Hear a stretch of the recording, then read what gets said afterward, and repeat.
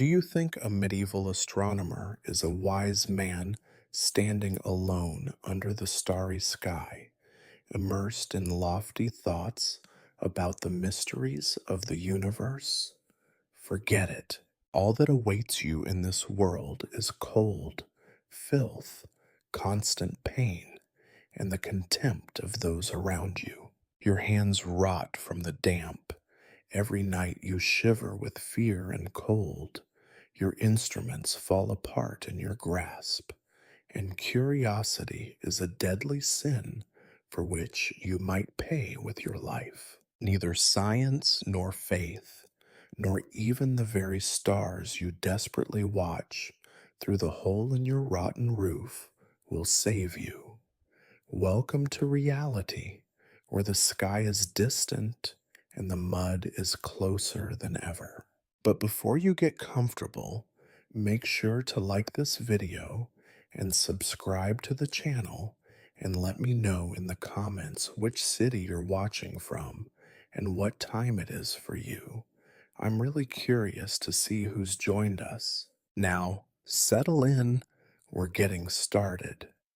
You wake up, not because you want to, but because the unending dampness has seeped into your bones again, as it always does. There is no rooster, just the chronic ache in your side, and the sour scent of mold that signals another day in the endless chain of grim, repetitive days. You, an astronomer. What a laughable title for someone who spends most of his time shivering in a shadowy hovel with a leaking roof and walls so thick with grime that their original color has long since become a matter of conjecture. You could study the ancient science of walls here and reach new, depressing conclusions about fungal growth. Your sleeping arrangements, if they can be called that, consist of a straw pallet that grows thinner and more aromatic with each passing week. The floor beneath is hard packed earth, uneven and forever moist, which gives the whole dwelling a smell somewhere between a sheep's stable and a flooded cellar. If you are lucky, you find that none of the night's more enthusiastic rats have gnawed through your meager possessions, nor have they attempted to investigate the nutritional qualities of your feet. This is the reality for you and for most in your village. It is always cold, and even when it is not cold, the chill is replaced by a clammy heat that encourages new forms of mildew to bloom. For your home is not designed for comfort or cleanliness, but for the mere possibility of surviving another day. There is nothing remotely romantic or poetic about it, unless one considers the poetry of persistent discomfort and the romance of never quite drying out. You are not alone in your discomfort. The very air in your little house is thick with the smells of your neighbors, whose dwellings are only a thin mud wall away at times. You hear them coughing, muttering, or fighting. Occasionally, a shriek cuts through the night when someone steps on a thorn, or worse, a rat. Privacy is a modern invention, and you are not living in modernity. As an astronomer, you are supposed to have your head in the clouds, or more precisely, above them. In reality, your head is filled more often with the throbbing pain of sinus infections brought on by the constant damp. Your thoughts drift, not to the mysteries of the cosmos, but to how many more days you will have to endure this particular kind of suffering. Even the stars themselves, when visible, seem distant and indifferent, like noblemen peering at you from a high tower, amused by your squalor. The morning ritual is grim and uninspired. You rise, stiff and aching, blinking against the grayish pre-dawn light that filters through the hole in your wall you call a window. You sniff at your water jug, which is never clean and frequently home to more life than you would care to know about. You sip the water anyway. There is nothing else to do but accept it. Boiling water every morning is a privilege for those with more wood and less fatalism. Breakfast, such as it is, consists of yesterday's bread, hard, stale, and flavored by the faint dust of the corner it spent the night in. If you have any, you chew a piece of dried onion or nibble on a few shriveled beans. Meat is a memory, reserved for saints' days or funerals. You are not a saint, and so far you have survived your own funeral. As you eat, you hear the village coming to life, or, more accurately, limping back into motion. The blacksmith coughs and spits. The weaver curses at her tangled yarn. The children whine. Somewhere, a dog fights with a pig over a piece of offal, and you recall for the thousandth time that animals here are less pets than competition. If you are lucky, you will step outside today, and the air will not immediately slap you with the reek of latrines. The village, like your home, is built for survival, not for comfort, and in every path is lined with mud, waste, and the broken hopes of those who came before you. You must step carefully, for here, even a twisted ankle is a potential death sentence. This, then, is your daily beginning, a miserable, grinding, damp reality.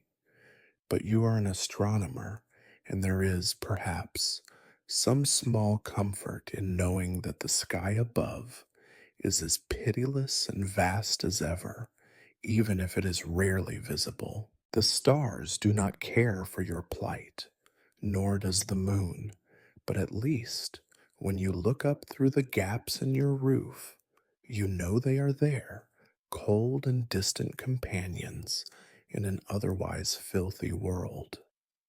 And so, shivering, you begin your day. You rise, if one can call it that, from the straw nest that has become a second skin, itching in places you did not know you could itch. There is a certain ritual to emerging from your sleeping space, one that requires care, patience, and a reasonable amount of luck. You must avoid the unstable planks that threaten to tip your jug, step around the softest patch of the floor, the one that sometimes oozes, and watch for the loose stones that roll beneath your feet like malicious little planets. Your house, if you dare to dignify it with such a name, is a feat of medieval architecture. Four crooked walls, a sagging roof of thatch, and a single tiny window sealed with a pig's bladder stretched taut and now mostly opaque with grime. This architectural marvel was not designed for beauty, nor even for shelter so much as for the relentless process of decay. It does not keep out the weather. Rather, it welcomes every season with open arms, collecting rain, snow, and summer heat with equal enthusiasm. You have grown intimately familiar with the various drips and leaks, each with its own rhythm and mood. There is the persistent drip over your feet, always cold, always slightly sulphurous. The slow, ominous seep by the wall where mushrooms are now sprouting. And the great torrent that descends in the spring, turning the far end of your dwelling into a miniature marsh. You keep your few scrolls and star charts as high off the floor, balanced atop rickety shelves, forever at risk from both water and mice. Mice, of course, are your constant companions. They know no fear. They scuttle and skitter with impunity, occasionally pausing to glare at you as if you are the intruder in their domain. You have long since ceased your half hearted attempts to trap them. There is a kind of resignation in your relationship. You tolerate their nightly feasts on the edges of your parchment, and they, in turn, refrain, mostly, from gnawing your toes. In the colder months, you almost welcome their presence for the small additional warmth they provide. But it is not just mice who share your home. Spiders rain from the rafters, weaving elaborate webs that catch both flies and the occasional shaft of light. Fleas form their own thriving civilization in your bedding. Sometimes, when the wind shifts, you swear you can hear the distant grumbling of beetles chewing through the rotten wood beams. The air inside is thick and oppressive. The smell is a pungent blend of mold, animal, and the unwashed fabric of your single blanket. If you are fortunate, the outside breeze will momentarily clear the fug, though more often it brings in the sharper, less pleasant aroma of your neighbor's refuse heap. You have learned not to notice. Your nose, like your pride, has adapted to disappointment. The furniture, such as it is, consists of a battered stool, a warped table that sags in the middle, and a lopsided chest where you store your precious instruments. An astrolabe, copper green with corrosion, a battered quadrant, a few chipped wax, candles, and a treasured collection of hand copied texts that you guard as fiercely as any lord would his gold. These items are your livelihood, your proof that you are more than a mere peasant scratching in the dirt. Of course, this status means very little when the wind blows through the gaps in the walls and rattles your teeth. Every surface is sticky with something: grease from the last tallow candle, spilled broth from a month ago, or just the general humidity of 1,000 unwashed hands. The walls themselves are patched with rags and dried dung, each with its own story, usually involving an especially bad storm, an especially clumsy neighbor, or both. You would clean if it mattered. But you know, as every medieval soul knows, that cleanliness is a losing battle. The filth is older than you, and it will outlast you. You wipe the worst of the grime from your table so that you can unroll your chart of the night sky, a map more precise than anything your hands have ever built. It is a thing of beauty in a room defined by decay, and you linger over it, tracing the constellations with a finger as though you might somehow summon them down into the muck with you. But then the morning intrudes again, and you remember that your belly is empty, your feet are wet, and your day's work awaits. You make your way outside, ducking through the low, splintered doorway, and immediately step into ankle deep mud. The village is just waking. Smoke curls from a dozen miserable huts. A dog barks, its ribs showing, and somewhere a child wails. Your house stands behind you, already sinking a little deeper into the soft earth with every rain. You know that in time it will collapse. Perhaps you will rebuild it, or perhaps you will simply move your few belongings to the next hut abandoned by someone less fortunate.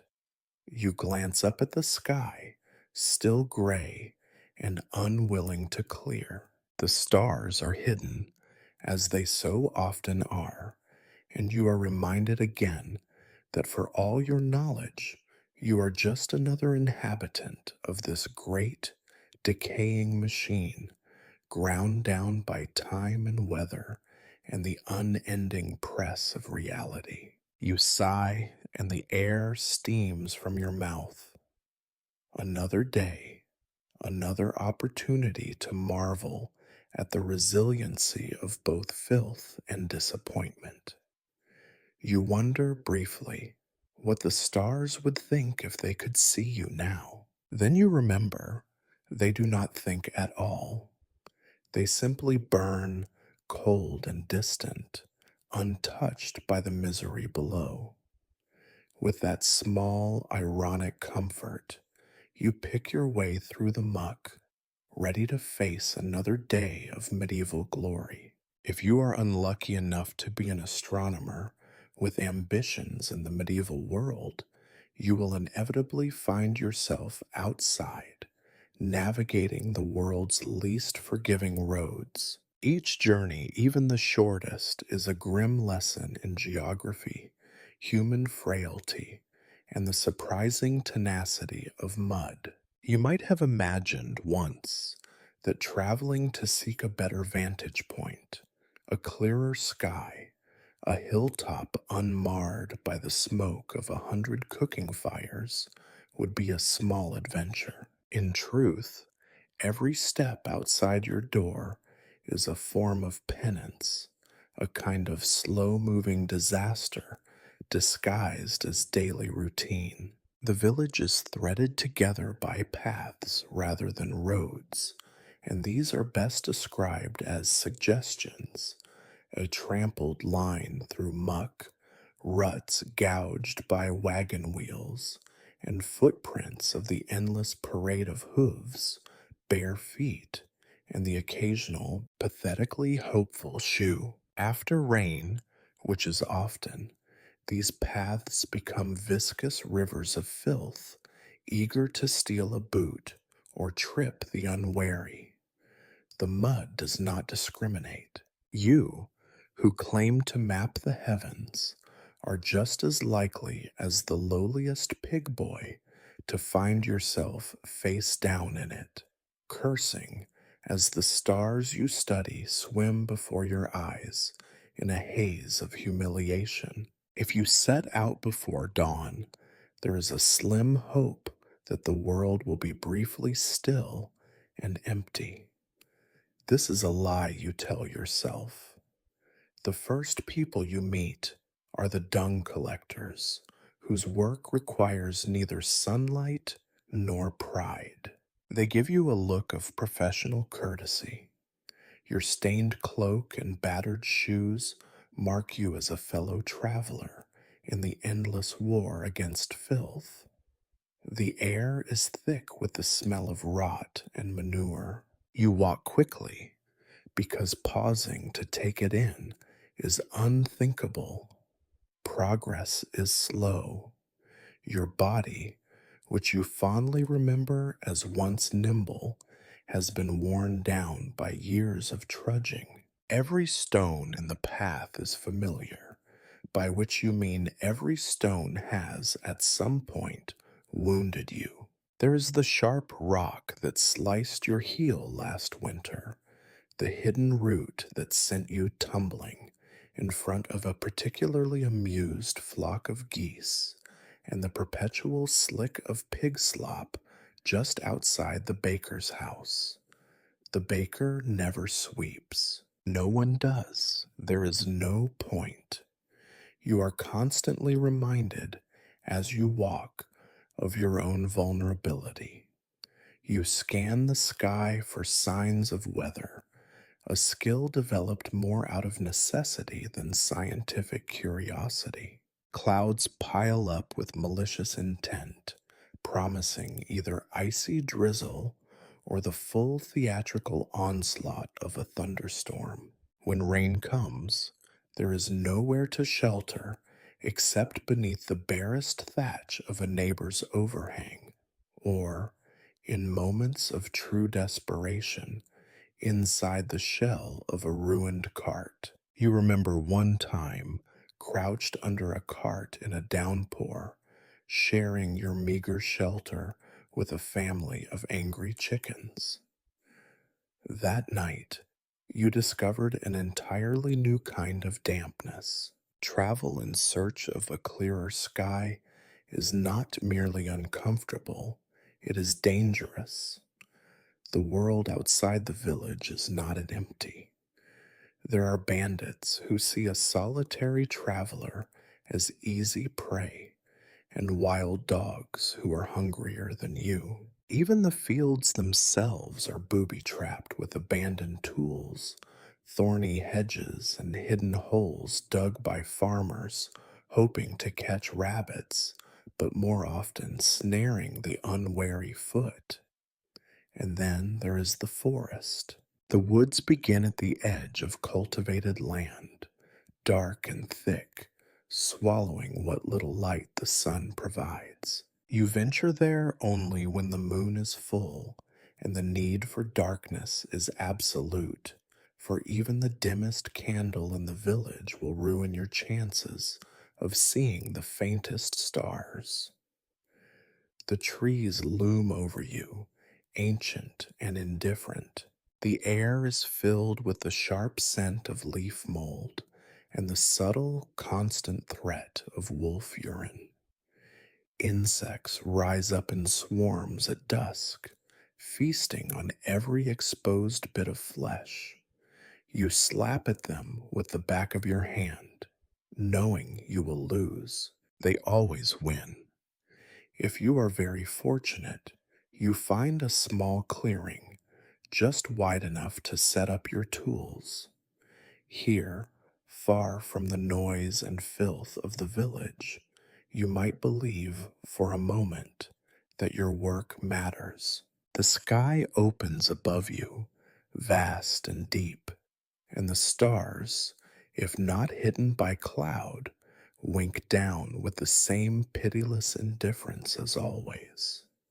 You unpack your quadrant, careful not to let it slip into the mud. You hunch over your battered notebook, praying that the ink has not frozen or run out. Yet even here, reality intrudes. The cold seeps through your cloak, settling into your bones with a familiarity you have come to hate. Your hands shake, not with excitement at the mysteries of the cosmos, but with the beginning numbness of frostbite. Every breath is visible, curling in the air like the ghosts of your ambitions. You try to focus, to measure angles, to jot down observations, but your mind drifts. Hunger gnaws at your belly, and you wonder if the pain in your side is merely another bruise or something more permanent. Eventually, you pack up your tools, hands clumsy and slow. The walk back is harder, for now your muscles are stiff and your feet ache from standing. The mud has grown colder, stickier, darker. You slip once, twice, nearly falling. You do not curse. You are too tired for curses.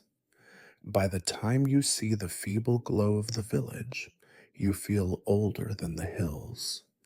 Your discoveries, if any, seem pitiful in the face of such effort. You remind yourself, with what little pride you have left, that endurance is its own kind of knowledge. You have survived another journey. The stars, as always, remain just out of reach. As you stagger back into the fringes of the village, shoes caked with filth and fingers so numb you barely trust them to hold your own belt.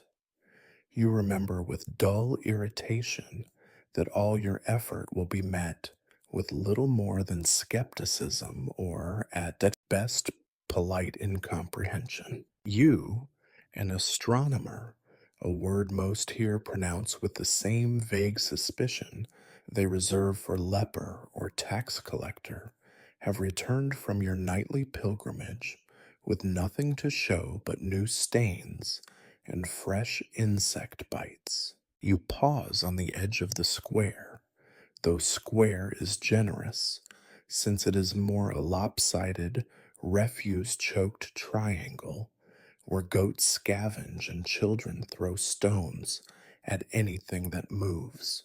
The well, the only stone structure for miles, is encircled by barefoot women drawing water and exchanging news in the sing song cadence of gossip. Their eyes flit over you, up and down, marking your muddy hems and your odd, battered instruments. You are familiar to them, but never quite familiar enough to be unremarkable. You recall the first time you tried to explain your work. The attempt was ambitious, if doomed. You had gathered a group by promising to reveal secrets of the heavens, how the stars march across the sky, why the moon vanishes, what omens might be read in the slow drift of planets.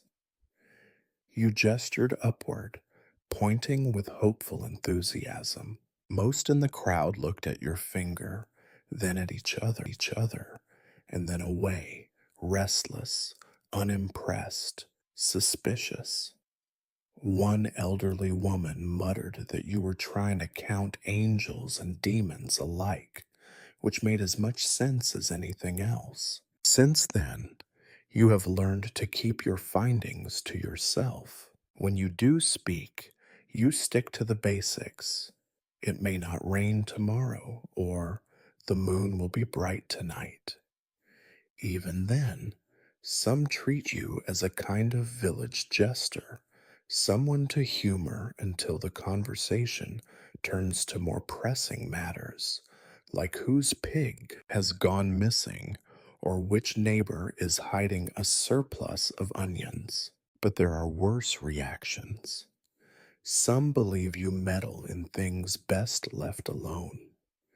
Knowledge of the heavens, so rare and so useless in the day to day struggle for survival, easily slips into the shadowy territory of the supernatural. There are whispers that you can curse a man's crops by writing strange marks on goat skin, that you speak with spirits in the dark hours before dawn, that the odd greenish light in the sky last autumn was your doing. You laugh, but quietly, and only when you are alone.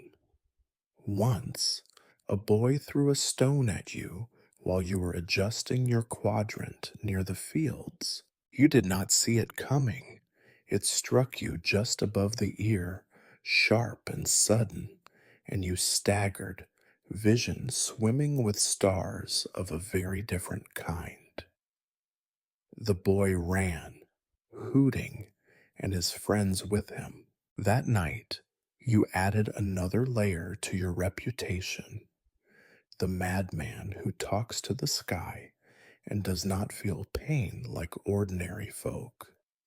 Your so called tools of the trade are an endless source of confusion. The quadrant, battered and green with corrosion, is occasionally mistaken for a weapon or, more worryingly, a magical relic. The astrolabe is a disk of mystery to most, its spinning, etched surface eliciting equal parts awe and mistrust. You learned the hard way never to leave these objects unattended. Once, a curious child snatched your astrolabe and tried to use it as a toy, only to be scolded by his mother for touching witch things. The astrolabe was returned caked in mud and half a snail. Your books and scrolls fare no better. When you are seen poring over their pages by candlelight, Eyebrows are raised, and whispers flutter through the dark. What could possibly be written on so many pages? Surely, if you can read, you must be in league with someone. God, the devil, it matters little. One autumn, when a neighbor's cow miscarried, someone remembered seeing you hunched over a particularly large volume and wondered aloud if the two events might be connected.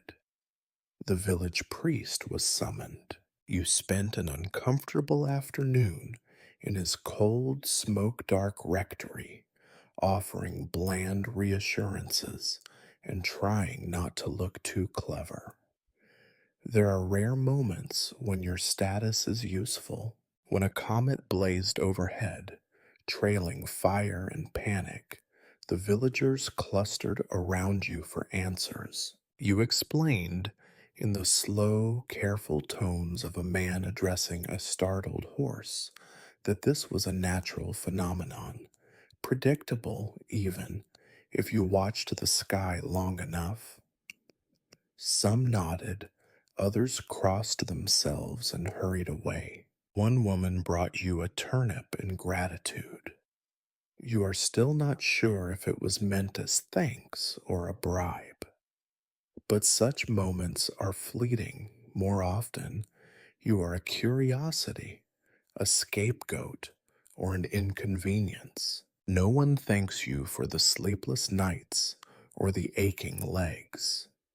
Your predictions, however accurate, are forgotten in favor of the next crisis, a rotten well, a fire, a birth gone wrong. The stars you chart so diligently shine indifferently down on it all, witnesses to a drama that does not interest them in the slightest. So you slip quietly back to your hovel, stepping around the gossiping women and their suspicious glances, your arms cradling your precious, misunderstood instruments. Another night's observations, another handful of careful notes. You wonder sometimes if the world is simply too dirty and too busy surviving to ever care what you see when you look up. Perhaps, you think, as you close the door behind you, it is better that way. The stars will always be there, distant, indifferent, and safely out of reach of mud and rumor alike. If you wish to be an astronomer in the medieval world, you must grow used to the sensation of being a spectacle, sometimes amusing, sometimes threatening, always just a few words away from disaster. You are not simply a man who looks at the sky.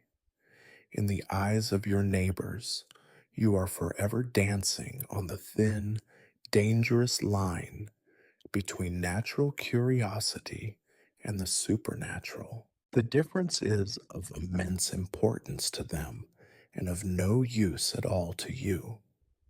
Your first real taste of this came years ago when you tried to explain the phases of the moon to a cluster of farmers. You thought a demonstration with your astrolabe might help, but all it did was terrify a nearby girl and convince an elderly man that you were attempting to conjure some kind of evil spirit. Since then, you have learned to keep your explanations brief and your tone reverent, as if you too believe the stars are simply the candles of saints, flickering and sighing on some eternal altar.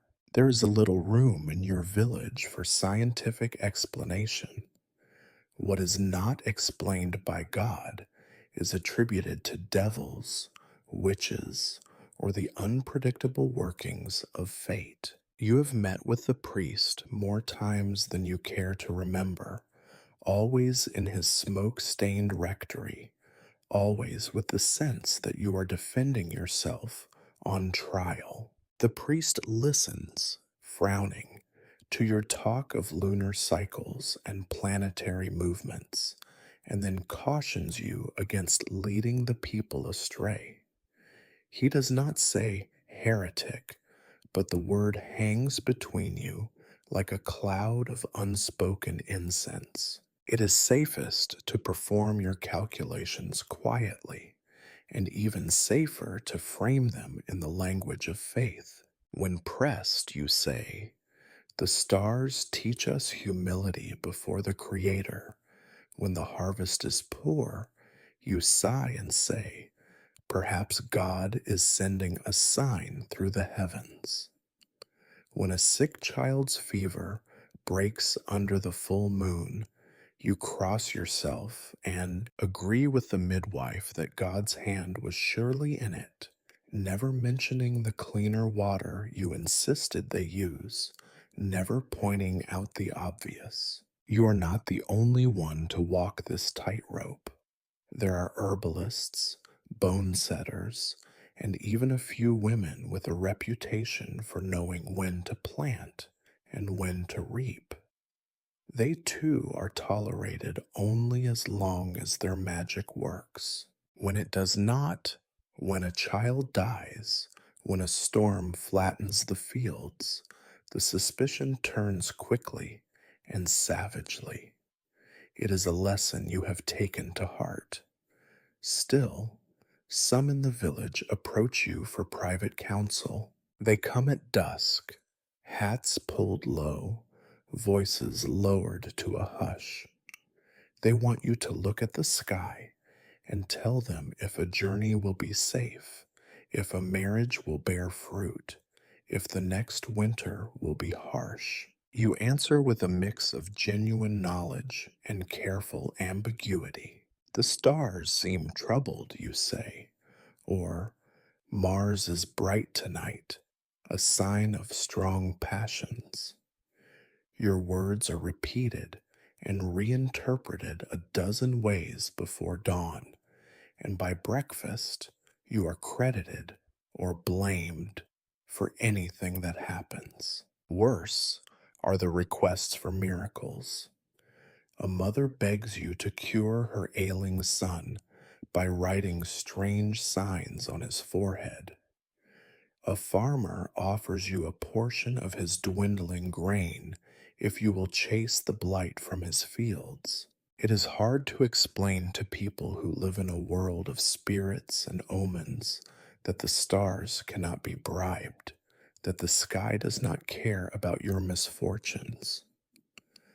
Sometimes you wish you believed it yourself. You have found that ignorance is a kind of shield.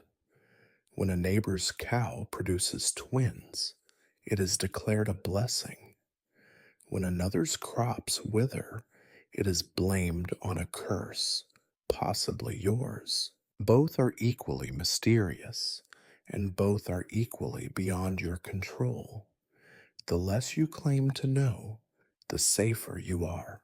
The more you are seen as a mere eccentric, the better your chances of escaping the fate of the village witch, who was once dunked in the river until she confessed to making the baker's wife infertile.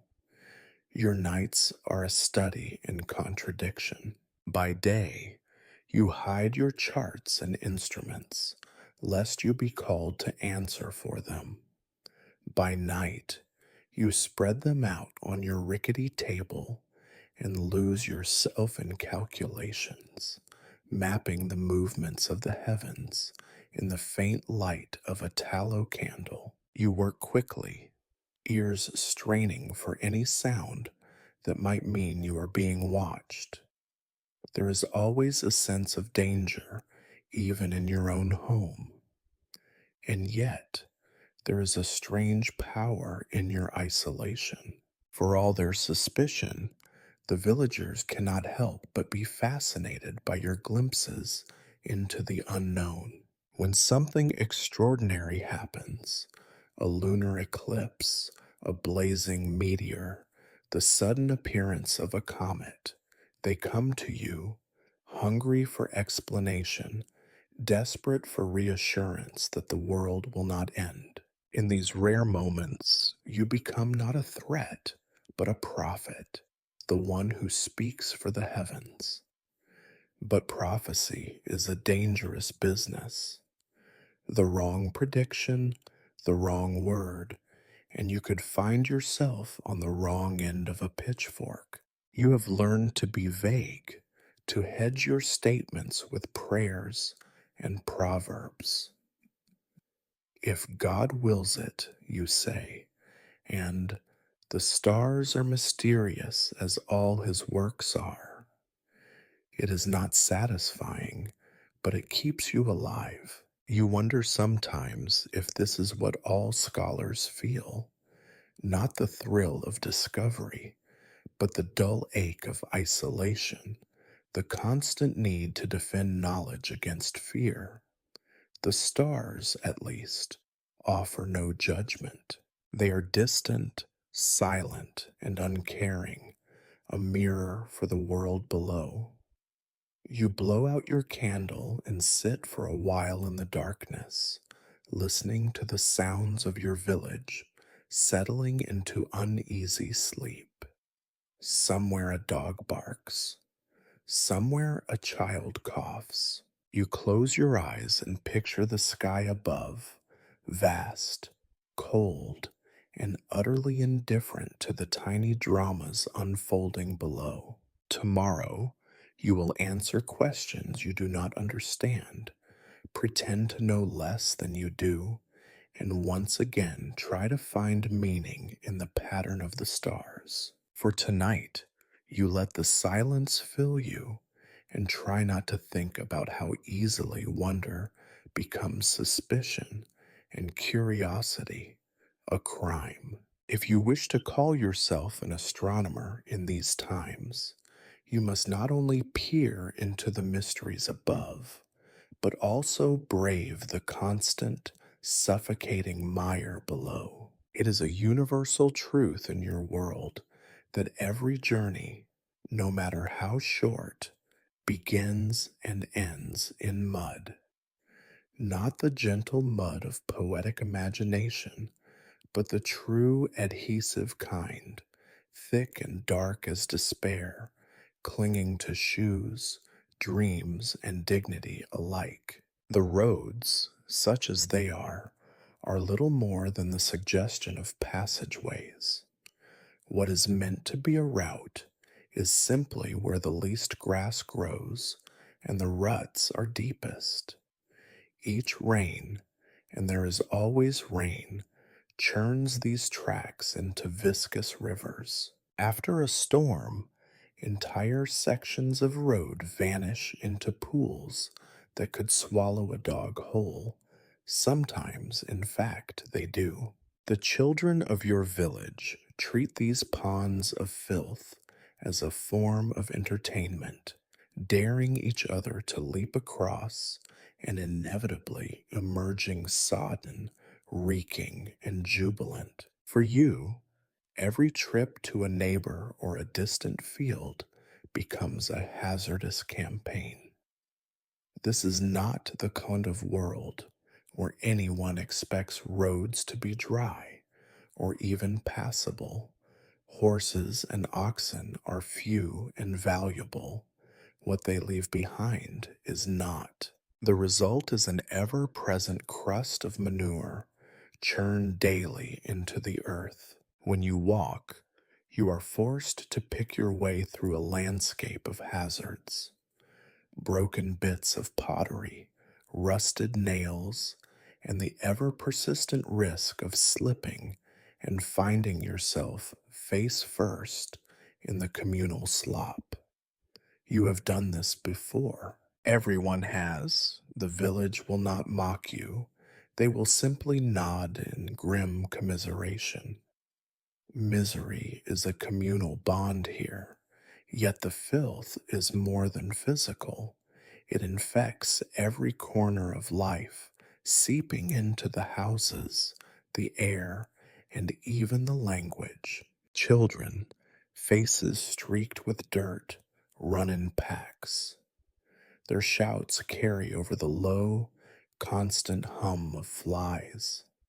Flies are everywhere, on food, in wounds, in your hair if you stand still long enough. The latrines, if you can call them that, are little more than pits hastily dug and even more hastily abandoned.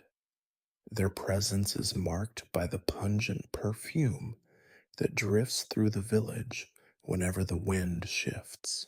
There is a standing joke among the villagers that you can always tell which way the wind blows by how quickly people move indoors. Sometimes, as you slog from house to house, called to read the stars for some anxious soul, or to trade a sliver of wax for news, you try to imagine what the village looks like from above. Would it appear as a pattern like the constellations you chart, or as a chaotic sprawl of filth and frantic movement? You suspect the latter. There is nothing orderly about life here, nothing clean, nothing sacred but survival. There is a certain stubborn pride in this squalor. The people endure because they must, because no one remembers anything else. The old men swap tales of even worse years, winters when the mud froze solid, or summers when it baked into bricks that tore the soles off their feet. They laugh, a brittle sound, and take another pull from a battered flask. Suffering here is as much a tradition as the festivals or the prayers. You, the oddity, are not immune. Your studies suffer as much as your boots. More than once, you have lost a precious scrap of parchment to a careless step, or seen a carefully drawn star chart stained forever by a single muddy splash. Your instruments rust. Your fingers crack and bleed from endless scrubbing, never quite coming clean. Still, you persist, because to abandon your work is to become nothing but another beast of burden, a creature of mud and hunger, with no horizon beyond the next meal. It is in the nature of mud to erase boundaries. It fills in ruts and footprints alike, blurring the distinctions between rich and poor, old and young, clever and dull. The Lord's Son, strutting through the village in borrowed boots, slips and falls just as quickly as the lowliest beggar. The laughter that follows is honest and democratic, a momentary break from the drudgery of existence. But mud, too, is a danger. A fall in the wrong place, a wound left untended, and infection follows. Fevers burn through the village with terrifying speed, carrying away the old and the young with equal indifference. The wise step carefully, watch for hidden dangers, and avoid, when possible, the deepest, blackest pools. You wonder sometimes if the mud is a punishment or a lesson. It binds the people together in a way no ruler or priest can manage, reducing everyone to the same level when the rains come. You imagine, as you squelch along, that the stars above are mocking you for seeking meaning in the patterns of the sky while ignoring the grim patterns at your feet. Returning home one evening, shoes heavy and spirit heavier still, you pause at your door and scrape what you can from your boots. There is no true escape. The dirt will find you in your home, your food, your dreams. You glance upward, seeking some sign of beauty, but the sky is hidden by thick clouds. The stars remain invisible, just out of reach.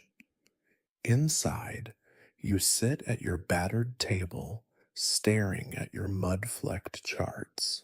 The world above is orderly, precise, and remote. The world below is chaos, filth, and unavoidable. And you, somewhere between, wonder which is more real. You blow out your candle, the smoke swirling in the fetid air, and prepare to sleep, knowing tomorrow will bring the same battle against the endless, encroaching mire. In the Middle Ages, you think, even an astronomer cannot rise above the mud. For an astronomer, the night should bring purpose and perhaps a touch of awe. But in your medieval reality, the onset of night is mostly another form of endurance, a cold, slow motion ordeal that leaves you questioning your sanity far more often than it inspires revelation. The stars, when visible, are neither comforting nor majestic. They are pinpricks in an enormous darkness, their light indifferent to the human misery below. Your nightly routine begins with the same calculation. How many layers can you wear without losing all feeling in your arms? The answer usually is never enough. You wrap yourself in a patched cloak and stuff straw into your boots for insulation, which helps only until the straw becomes wet. Your hands you cover with rags.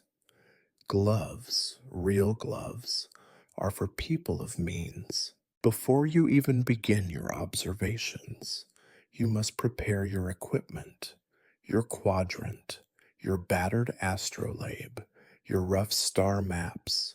All these are precious, but they are also traitors when the weather turns. Metal bites your skin, ink thickens and refuses to flow. The wax of your candles cracks with the cold, and the flame flickers, threatening extinction with every gust. If you are lucky, the night is dry and still. Usually it is not. Stepping outside, you are greeted not by silence, but by the persistent noise of discomfort. Somewhere, a dog howls. Cattle shift and snort in their pens. The wind pushes through the cracks in the walls and whistles with malicious cheer. Your breath billows white, a cloud that quickly dissipates into the darkness.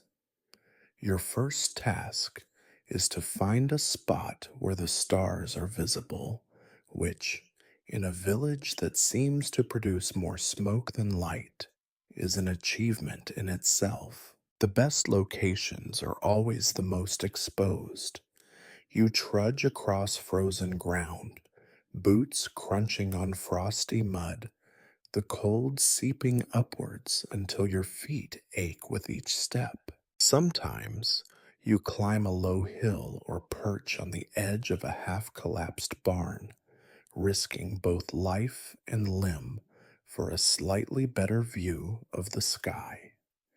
You set up your quadrant, hands trembling. The cold makes you clumsy. Your breath fogs your field of view. You fumble with the astrolabe, holding it to the faint starlight, eyes watering. The tools you use are as ancient as the village, worn and rough, offering only the crudest accuracy. The ink in your pen threatens to freeze. Your candle sputters, and the shivering makes your handwriting nearly illegible. And yet you persist, because this is the only time you have. The rest of the village has gone to ground. Doors are shut, fires banked low. The night is yours, and yours alone, a fragile dominion for as long as you can endure. There is a strange freedom in this, a kind of sullen pride. If nothing else, you are stubborn. You measure the angles between stars. You note the positions of planets when you can see them. You try to record the phase of the moon, though more often than not, the clouds intervene, turning your observations into guesses. There is no glory in this work.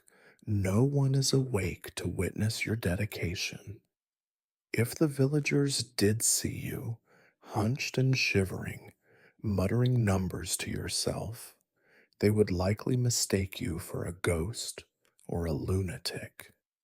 The cold is relentless. It eats at your joints and gnaws at your bones. You stamp your feet and rub your hands, but warmth is always fleeting, always a memory rather than a reality. There are times when you cannot feel your fingers at all and must force yourself to keep working, telling yourself that frostbite is only for the careless. You know this is a lie, but it is a necessary one.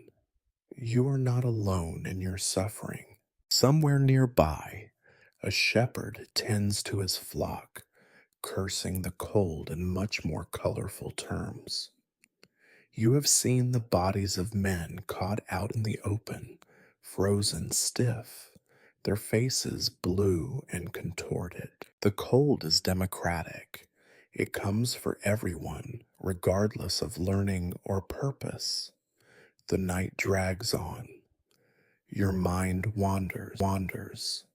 Hunger is ever present, a dull ache in your gut, but cold soon overtakes even that. You wonder, not for the first time, why you do this. What answers can the stars possibly offer that justify this misery? Will anyone care about your observations, your careful notes, your battered tools? Eventually, fatigue overcomes curiosity. Your hands can no longer hold the quadrant, your lips are numb, and your eyes refuse to focus.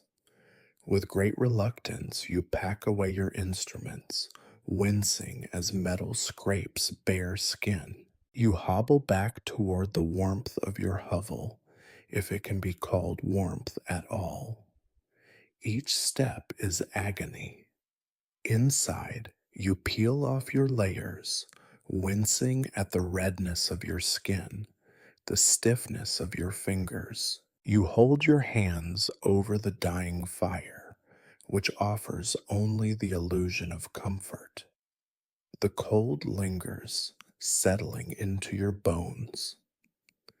You swallow a mouthful of stale bread, too tired to care that it is hard as stone. Before sleep takes you, you look once more at your notes, at the crude sketches and shaky numbers. Tomorrow, you will try to make sense of them, to wring meaning from the blur of ink and the wobbly constellations.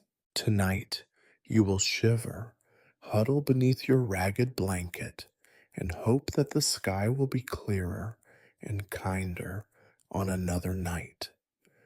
But deep down, you know the cold will always be waiting, as relentless and indifferent as the stars themselves. And you, just another shadow moving beneath their light, must simply endure. You might imagine that the greatest threats to an astronomer are the night, the cold, and perhaps the occasional stone thrown by a suspicious neighbor. In reality, your greatest foe is much smaller, much more persistent, and far more numerous. Disease in all its cheerful medieval diversity. If you are honest with yourself, you cannot recall the last time you were entirely free of some ache, rash, cough, or festering sore. You wake, if you have slept at all, to the familiar chorus of coughing, a soundtrack to village life. Someone, somewhere, always seems to be hacking up a portion of their lungs. In your own chest, there is a heaviness, a tightness that rarely eases. The constant damp and the ever present smoke from hundreds of smoky, badly ventilated fires mean your sinuses are never truly clear. Your nose runs, your eyes water, and your throat aches. You assure yourself it is nothing, just the way things are. Personal hygiene is a modern fantasy. There are no baths here, except for the annual dunk in the river, an event more about appeasing the local priest than genuine cleanliness. The river, for its part, is a churning soup of runoff, waste, and the occasional dead animal. You have, on occasion, spotted the floating corpse of a dog bobbing lazily downstream, attended by a flurry of enthusiastic flies. You try not to think about this when forced to drink from the same water or when you catch a glimpse of your reflection in a puddle. You clean yourself as best you can, scraping dirt from under your nails with a sliver of bone, wiping your face and hands with a rag that was last washed when you were a child. Every garment you own is stained, torn, and patched beyond recognition. Fleas and lice are inevitable companions, and you long ago abandoned the notion that scratching is impolite. Everyone scratches.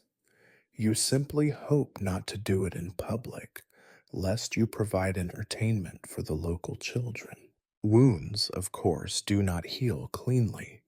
The smallest scratch is a risk. You remember when a splinter, ignored for too long, became a festering sore that oozed pus for weeks. The village healer advised you to pack it with a mixture of herbs and pig fat, which did nothing except attract a curious pig. The pain was constant, the odor worse, and the final result was a scar you now regard with weary pride. Toothaches are their own particular torment.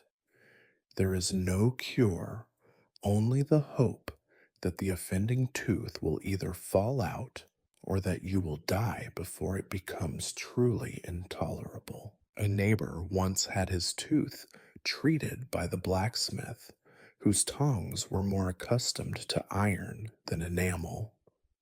The screaming was legendary, the result inevitable, a mouth now missing more teeth than it possesses. You try not to let your mind dwell on your own teeth, the growing ache in your jaw, the certainty that soon you too will face the blacksmith's mercy. Contagion is as natural as breathing. You know, in a detached, scholarly way that illness passes from person to person, that it thrives in the squalor of communal living, but knowing does nothing to prevent it. When a fever strikes, it races through the village in days. Children and the old die first, their passing marked by hurried prayers and the quiet relief of survivors. There is no real mourning. Death is too common, too inevitable. The survivors move on, shoulders a little heavier, eyes a little duller. You have seen things no one should have to see. Bodies swollen and purple, racked with fever and covered in sores. Children wasted to skin and bone. Women giving birth in filth. Both mother and child dying in the same night. You keep your distance when you can.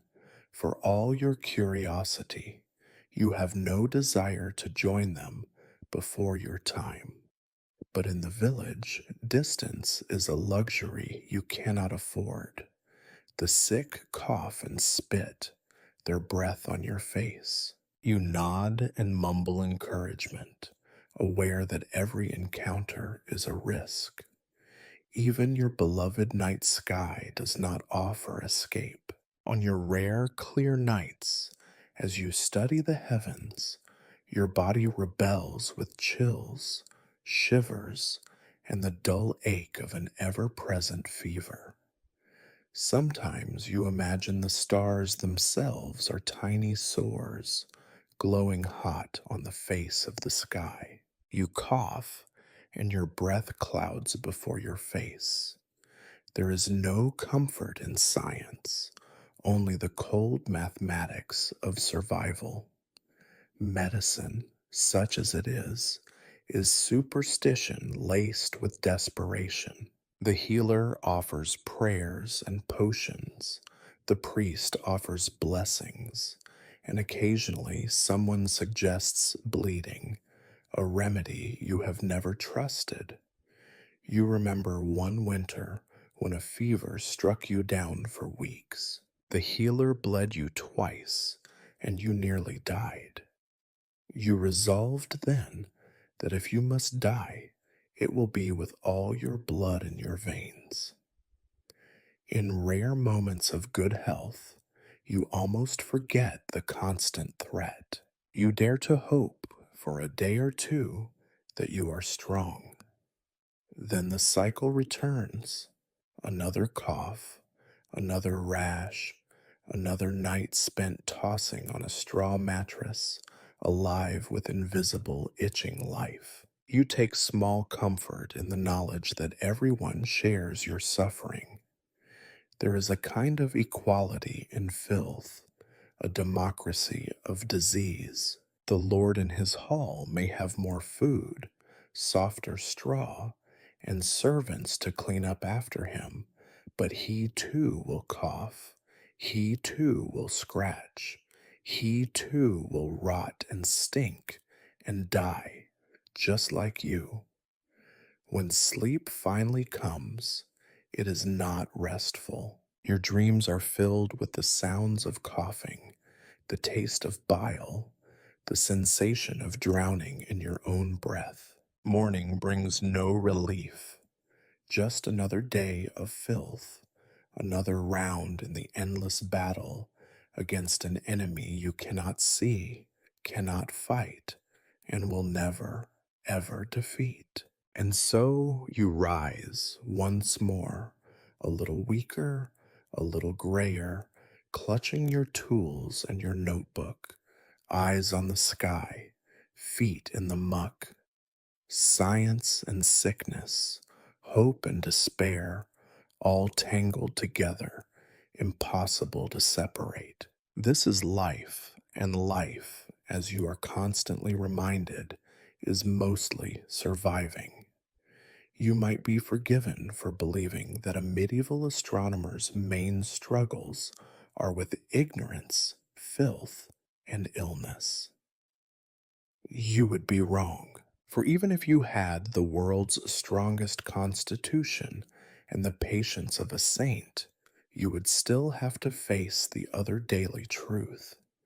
Every moment of your existence is wrapped in peril. Life is not only uncomfortable and unclean, it is genuinely, unendingly dangerous. Danger begins before dawn. When you step outside your hovel in the pre-dawn darkness, you know that nothing is certain, not the security of your home, not the safety of your path, not even the willingness of your fellow villagers to let you pass without incident. Your door, a loose plank on leather hinges, can be barred from the inside, but that will not stop a determined thief, or worse. You own little worth stealing, but hunger makes men desperate and poverty makes them inventive. Your walk to the edge of the village for nightly observations, or merely to escape the crush of bodies and noise, is a calculated risk. You carry a stick, but everyone knows a stick is more of a suggestion than a deterrent. Stray dogs roam in packs, always hungry, always wary of humans, but quick to attack if they sense weakness or food. You have seen dogs tear apart a fallen sheep, and once a man too drunk to defend himself. If you have ventured beyond the safety of the village fences, you are doubly at risk. The woods are not just cold and forbidding, they are alive with the threat of wolves, whose eyes glow in the firelight at the edge of every childhood story. There are rumors of bears, wild boars, and the ghosts of men who died in the woods, unburied, unshriven, angry. There are no guides, no maps, and no marked paths, only the silent watchfulness of trees and the echo of every snapped twig beneath your feet. But the greatest danger does not always come on four legs or in the form of ghost stories. It comes on two, with a hunger sharpened by famine and a gaze colder than the northern wind. Bandits know that the village rarely offers enough to make a raid worthwhile, but a solitary traveler, especially one with the odd implements of a scholar, might be worth robbing or ransoming. More than once, you have hidden yourself in a ditch as rough men passed by, their laughter low and ugly, their knives as ready as their curses. Even in the supposed safety of your community, violence simmers just beneath the surface. Disputes over land, water, or insult can escalate in moments. Knives are drawn, fists fly, blood is spilled. You have seen deaths for reasons so trivial they are forgotten by sundown. If you happen to be present, your position as the odd one gives you no protection.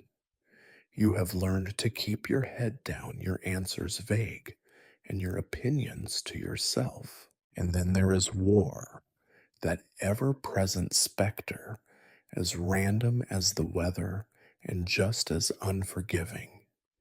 You hear distant rumors of armies, noblemen raising levies, mercenaries passing through, taxes demanded for causes you neither know nor understand. Sometimes soldiers ride into the village, demanding food, shelter, and the few valuables that exist. Sometimes they take more. The lucky ones are left with empty cupboards. The unlucky ones are left with empty beds. Disease, famine, violence, these are not events, but conditions of life. If you make a journey, you must accept that you may not return. If you sleep, you must accept that you may wake to the sound of someone breaking in, or not wake at all. Your tools, your books, your precious notes, all can be taken, burned, or destroyed in a moment of chaos, with no recourse and no compensation. It is little wonder that so many villagers live with a constant, tight-lipped suspicion. Trust is a rare and fragile thing. Alliances are fleeting, dictated by necessity and dissolved by fear. Even the priest, whose job it is to offer comfort, spends much of his time mediating disputes and praying for safety he cannot guarantee. All this constant danger leaves its mark on you. You grow cautious, quick to hide, reluctant to trust. You keep your tools close, sleep with a stick within arm's reach, and try not to make yourself memorable. Your curiosity, the very thing that makes you different, is both your gift and your greatest vulnerability.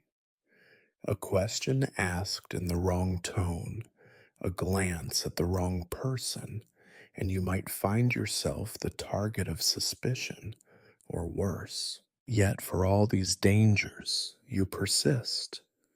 Perhaps it is stubbornness, or perhaps it is the faint hope that something in the heavens might one day offer a reason for all this suffering. Each time you risk the woods, each time you step beyond the firelight, each time you return from a night of observation to find your home untouched, you feel a strange, guilty triumph.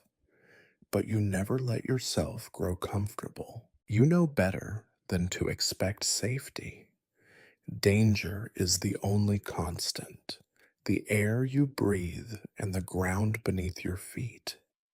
You live in a world where survival is a victory, and every day you remain alive is, in its own small way, a miracle. As you scratch another night's notes onto a battered scrap of parchment, you catch yourself listening for footsteps, for growls, for the rising of voices just outside your door. The stars above offer no protection, no answers, and no comfort. They are like everything else, simply witnesses to the endless, exhausting struggle that is your daily life. Tomorrow you will face these dangers again. Tonight you rest with one eye open, a stick in your hand, and a prayer, perhaps to the stars themselves, that you will see another sunrise. If you have survived this long, it is not because the world cares for you or because your meager wisdom can outsmart it. No, nature, as you encounter it, is not a nurturing mother, but a relentless, indifferent force that will gnaw at you from every side. As an astronomer, you might dream that there is order and beauty above, but below, the only order is that of slow, grinding attrition. The landscape itself is a gauntlet, and you run it daily, less out of courage and more out of a lack of options. The changing seasons are not picturesque backdrops to your studies. Each brings a unique set of torments. Winter is a time of numb fingers and black ice when water freezes inside your cup and the air in your hovel turns to frost. Your breath hangs visibly in the air as you try to scribble notes with fingers that no longer seem to obey you. The roof groans under the weight of snow, and you half expect it to cave in one of these nights, burying you and your star charts in straw and splinters. You eat less, grow thinner, and feel your teeth ache from the cold. You wear every scrap of clothing you own, sometimes all at once, and huddle close to a weak fire, praying for morning. Your only warmth is the heat of your own frustration, and that, like everything else, quickly fades. Frostbite and chilblains are familiar friends, and you become expert at wrapping wounds in filthy rags, hoping infection does not claim another toe. Spring brings its own threats, mostly in the form of mud, floods, and sickness. The snow melts, revealing all that winter has hidden. Carcasses of animals, rot, and refuse. Water pours into your home, rising under your bed, soaking everything you own. Disease thrives in the stagnant pools and the omnipresent muck. The world turns green, but it is not a gentle, hopeful green. It is an explosion of weeds and biting insects, a chaos that chokes the air and leaves your arms streaked with welts and scratches. Summer is a season of heat and exhaustion. The sun beats down, relentless, baking the village into a sour smelling kiln. Crops grow, if you are lucky, but drought is always just one unlucky month away. Water becomes scarce and tempers flare. Your sweat never seems to dry, and in every scratch festers. Nights bring only a different kind of misery, the whine of mosquitoes, the itch of unseen bites, the oppressive weight of a heat that never quite relents, not even in darkness. Autumn is perhaps the least cruel, but only in the sense that its torments are less immediate. It is a time of anxiety, of measuring every harvest and every jar of preserved food against the coming winter. The village becomes a place of quiet, frantic labor, as if by sheer effort you could store enough energy to fend off the cold and hunger that waits just beyond the turning of the year. Storms come, wind rattling the roofs, rain lashing the walls, and sometimes, if you are lucky, a clear night opens overhead and the stars are briefly visible, brilliant, mocking, and unreachable. Nature's creatures are as indifferent as the seasons. Birds steal your scant seeds. Mice gnaw holes in your stores. Insects are everywhere, in your bed, in your food, in the folds of your clothes. Crows watch from the rooftops, waiting for your misfortune to become their feast. The dogs, once half wild, now seem wholly so, fighting each other for scraps and menacing anyone who dares shoo them from a rubbish heap. Even your cherished astronomy suffers from nature's indifference. Clouds roll in at the worst possible times, obliterating the sky for days or weeks. A carefully planned observation is ruined by a sudden fog, or by smoke from a neighboring fire, or simply by the shifting winds that no man can predict. Your star charts grow soggy, your ink blurs, and you curse the elements with all the wit and creativity left to you, which is not much. You have long since lost the romantic notion that you are in a partnership with the world. If you learned anything from your endless battle with the seasons, it is that you are no more important than a pebble or a weed. The universe is vast, but your existence is a local problem, solved daily by mud, frost, hunger, or storm. The wind does not care for your observations, nor does the rain pause out of respect for your work. You adapt, or you die. There are days you do not leave your hovel, resigned to wait out a storm or a fever, or just the persistent, bone deep ache of weariness. You ration your candles and your food, and tell yourself that tomorrow, perhaps, the sky will be clear, the air mild, the world a little less hostile. Tomorrow, perhaps, nature will grant you the small mercy of indifference rather than outright malice. But tonight, as you watch the wind flatten your neighbor's fence, as you patch yet another leak with mud and prayer, you remember the world below is not designed for human comfort. It is designed for survival, and even that, as you know too well, is a temporary arrangement. You take what notes you can, wrap yourself tighter in your rags, and listen to the howling outside, knowing that, whatever happens, the stars above will neither notice nor care. Nature, after all, is the first and last tyrant, and its reign is absolute. In your mind, you may have imagined the medieval astronomer's study as a chamber filled with gleaming brass, polished glass, and mysterious instruments that hum with the power of arcane knowledge. In reality, your workshop is more often an extension of the pigsty, a collection of battered, improvised, and frequently malfunctioning tools assembled with equal parts desperation and hope.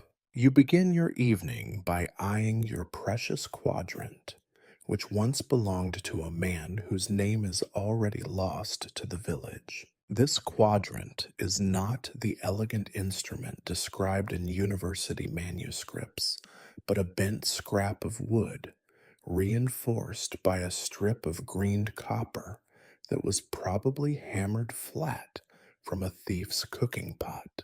The markings are carved by hand, some shallow, some deep, and each measurement you make requires not only careful alignment, but also a certain willingness to accept ambiguity as a scientific principle. The astrolabe is your pride and simultaneously your torment.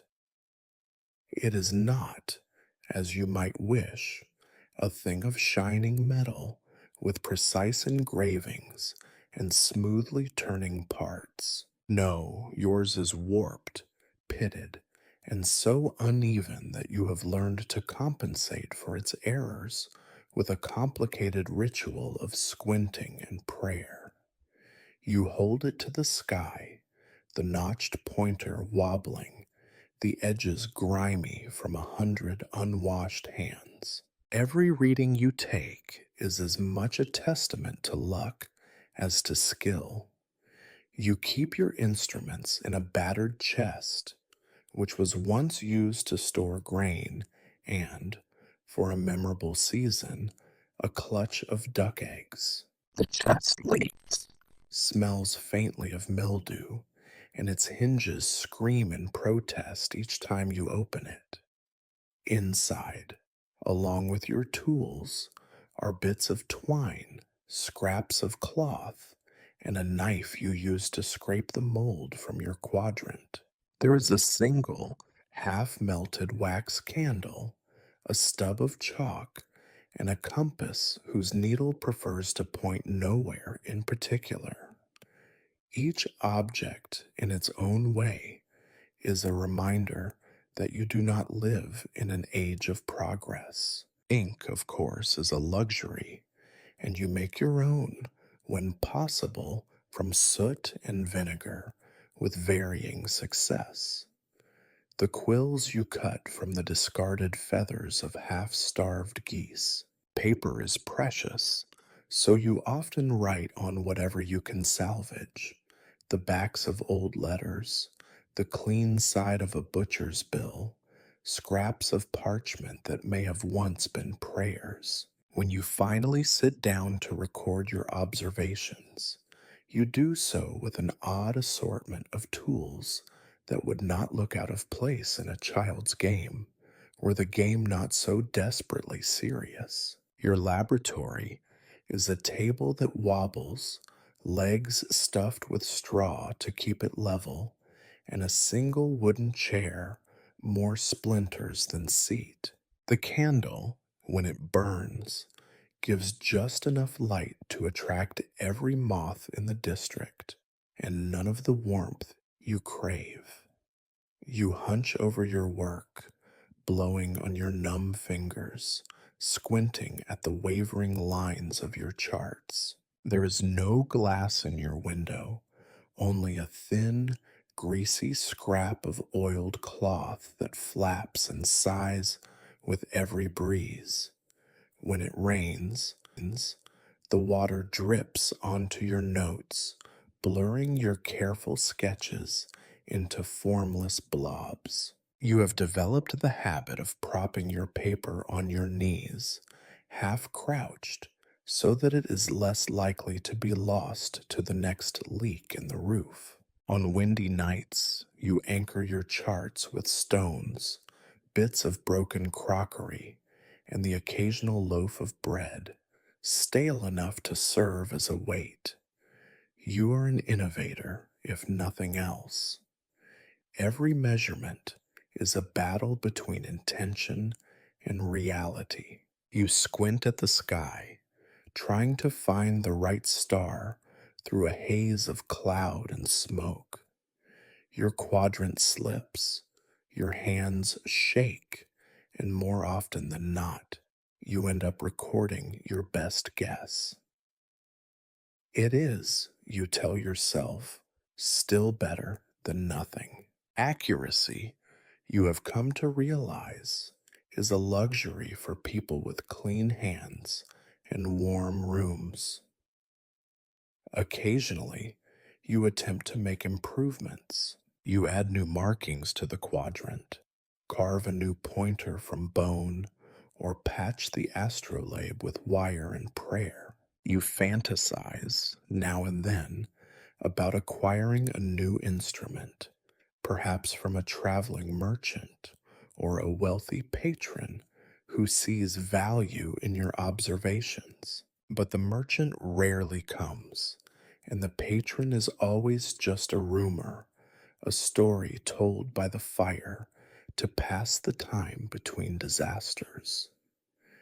Even your attempts at calculation are fraught. You count on your fingers, use stones to mark in intervals, and pray that your memory holds out long enough to recall the results. Mathematics, so orderly and comforting in theory, becomes another kind of mud, sticky, unpredictable, and resistant to control. Yet, despite the failures, the disappointments, and the endless grinding tedium of using tools that seem designed to betray you, you persist. Perhaps it is a form of stubbornness. Perhaps it is a refusal to let the world below dictate the limits of your reach. Or perhaps you are simply too accustomed to futility to recognize it as such. There is a dark humor in your predicament. You are the only man in the village who can name the stars, yet you do so with a quadrant that would make a real scholar weep. You map the heavens on scraps of soiled parchment in a house that barely holds off the wind. You measure the infinite with instruments that can barely survive the week. Still, as you blow out your candle, you feel a small, grim pride. You may never discover a new star or chart a true course for a king, but you have fought the chaos of your world with every tool at your disposal. The night, at least, does not laugh at you. It is too busy trying to freeze you to death. And so, in the cold and the dark, you count your victories in splinters and stains, proof, however small, that you are still here, still measuring, still defying the world's quiet, relentless absurdity. For all your solitary nights with the ink stained hands and the endless shuffle between cold and mud, there is one factor that defines your daily existence more than any other: the people who surround you. They are your neighbors, your judges, your reluctant audience, and your perpetual obstacle. In this world, to be an astronomer is to be perpetually out of step, not quite a peasant, not quite a priest, not quite a magician, yet somehow both less and more than any of these. You see it in their eyes at dawn as you shuffle out to the well for water. There is no awe, no curiosity, not even suspicion most days. Only tired, shuttered faces that speak of long labors, empty bellies, and the sullen resignation of people who have never expected the world to offer explanations let alone hope. Your neighbors accept hardship as naturally as breathing, and they view anyone who tries to understand or improve the world with a mixture of impatience and low, practical contempt. To them, your stargazing is at best a harmless eccentricity. They would no sooner spend an hour pondering the moon's phases than they would set about counting the fleas in their bedding. Life is short, dirty, and filled with chores that cannot be delayed for philosophical speculation. If you must peer at the sky like a half-wit, so be it, but do not expect help with your leaking roof or your missing hens. On bad days, of which there are many, they see your difference as a threat. In a village where everyone's business is everyone else's business, where stories spread faster than illness, standing apart is dangerous. It is a form of arrogance, a declaration that you are not entirely one of them. You are tolerated, sometimes even humored, but never embraced. When you make a prediction that comes true, there are mutters that you are meddling. When you are wrong, there are mutters that you are cursed. The balance between laughter and accusation is as thin as your patience. You try, sometimes, to explain. You speak of patterns, cycles, and cause and effect. You draw diagrams in the dirt, hoping a child might glimpse the wonder you once felt. Sometimes, a few will pause to watch, their faces briefly bright with something almost like interest. But always, hunger and habit win. The sun is setting, the cows need milking, someone has tripped and broken a leg. There is never time for the stars. Worse, your very presence is a reminder of the things that cannot be controlled or explained. Why did the river flood last spring? Why did the wheat wither? Why did the Lord's Son die coughing blood, while the cobbler's daughter, frail and unwanted, survived? The priest says, God wills it. The healer shrugs and says, bad air. You say nothing because you know that all your notes and calculations offer no comfort and less certainty. The stars do not care, and neither, it sometimes seems, does the world. Your relationship with the local authorities is equally fraught.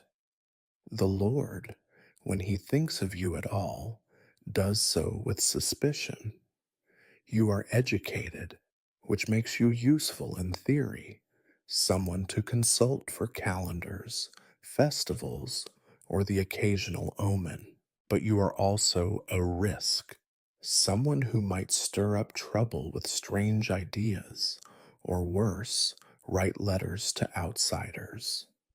You are called upon when needed and ignored the rest of the time. If a problem can be solved by force or coin, the Lord does not ask your advice. The priest is both your rival and sometimes your shield. He views your work with a wary eye. He knows that the heavens belong to God and His church, and he resents your attempts to read the stars without the proper prayers. He worries that you might fill villagers' heads with questions instead of faith. Sometimes he uses you as an example in his sermons, cautioning against worldly pride and the folly of seeking knowledge without wisdom. On cold nights, when you linger too long outside, you sense his eyes on you, a mixture of concern and calculation, as if wondering whether to offer you charity or report you for heresy.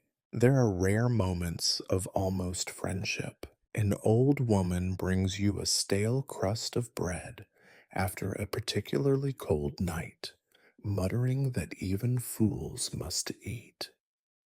A shepherd's boy, bored and curious, offers to help you carry your quadrant to the field, provided you promise not to curse his sheep.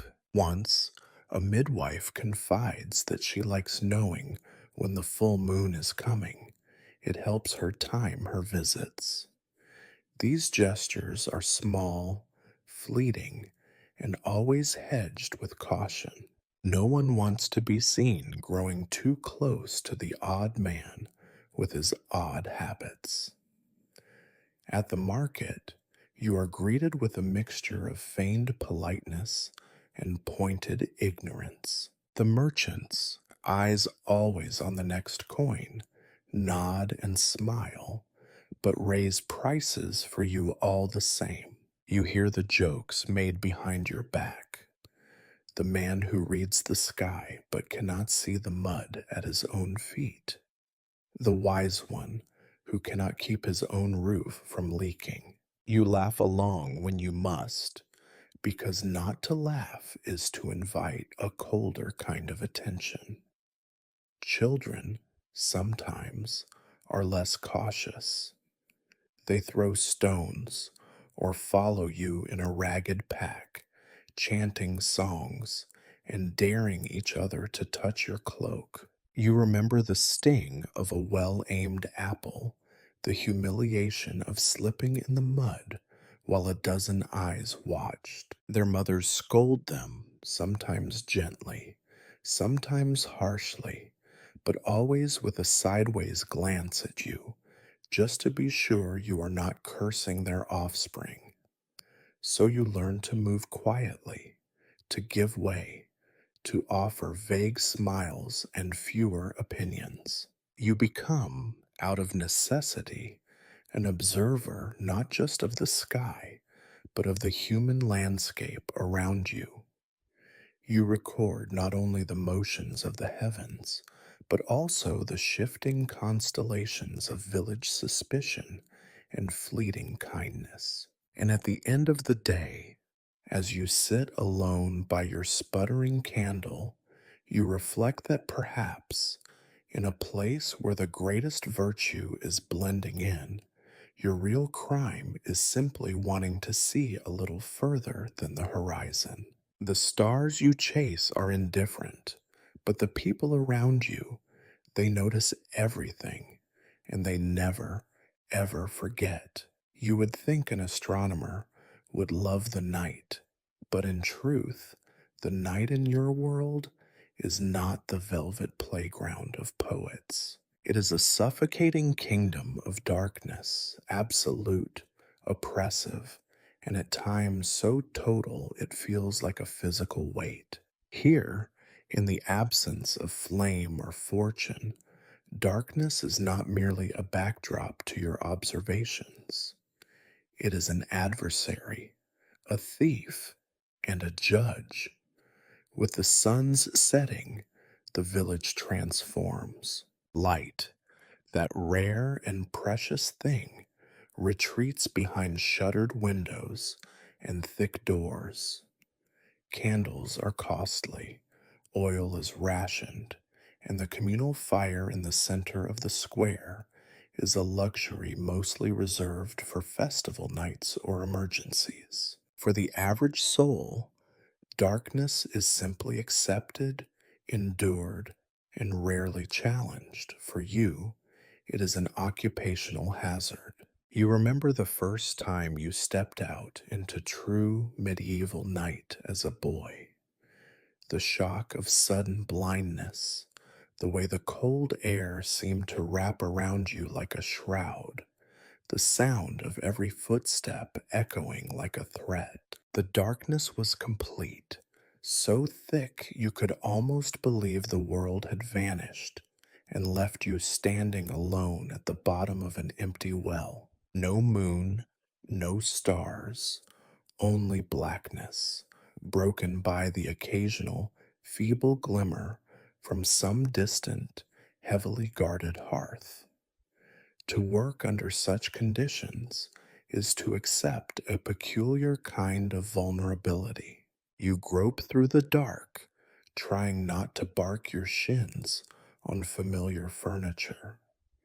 Your hands reach for tools you cannot see, and your mind plays tricks with every rustle, every whisper of wind through the thatch. You fumble for your quadrant, praying you do not drop it in the mud. You light your precious candle, shielding it with your palm, knowing that even this faint flicker marks you as a target, be it for moths, thieves, or worse, the suspicion of your own neighbors. Candles are more than just illumination.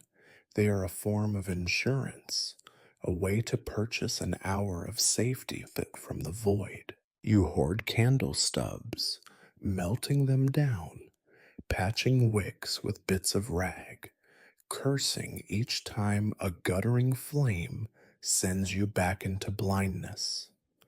Oil lamps are for the well off, and torches for the desperate or the rich. Most nights, you ration your light, telling yourself that the real work begins only once your eyes have grown accustomed to the black. The moon, when it graces you with its presence, is a blessing and a curse. Its pale glow is enough to see by, but also enough to cast shadows. Shadows that play tricks on your mind, turning a bush into a lurking stranger, a tree stump into a hunched beast. You know these are tricks, but your heart is less convinced. In these moments, the night feels not empty, but crowded, full of imagined threats, memories of old warnings, and the knowledge that here, alone, you are at your most exposed. The stars themselves, the objects of your study, rarely offer comfort. More often, they are drowned by cloud or mist, or hidden behind a veil of smoke from some unseen fire. When they do appear, it is with an indifference that borders on contempt, a glittering, unreachable order above a chaos you can barely survive below. You squint upward, straining to fix the position of some winking light, and in that moment, you become aware of how small and fragile your world is. A pinprick of life in an ocean of nothing. Inside your hovel, darkness rules. Your one small candle, your single window patched with a dirty cloth, your weak hearth. None of these are a match for the night's persistence. You write with your nose nearly to the page, blinking away the tears from smoke and strain. Your tools are forever being lost in the gloom, your charts spattered with blobs of tallow. Mice skitter at the edge of your sight, and your own shadow seems a stranger. Night is a thief.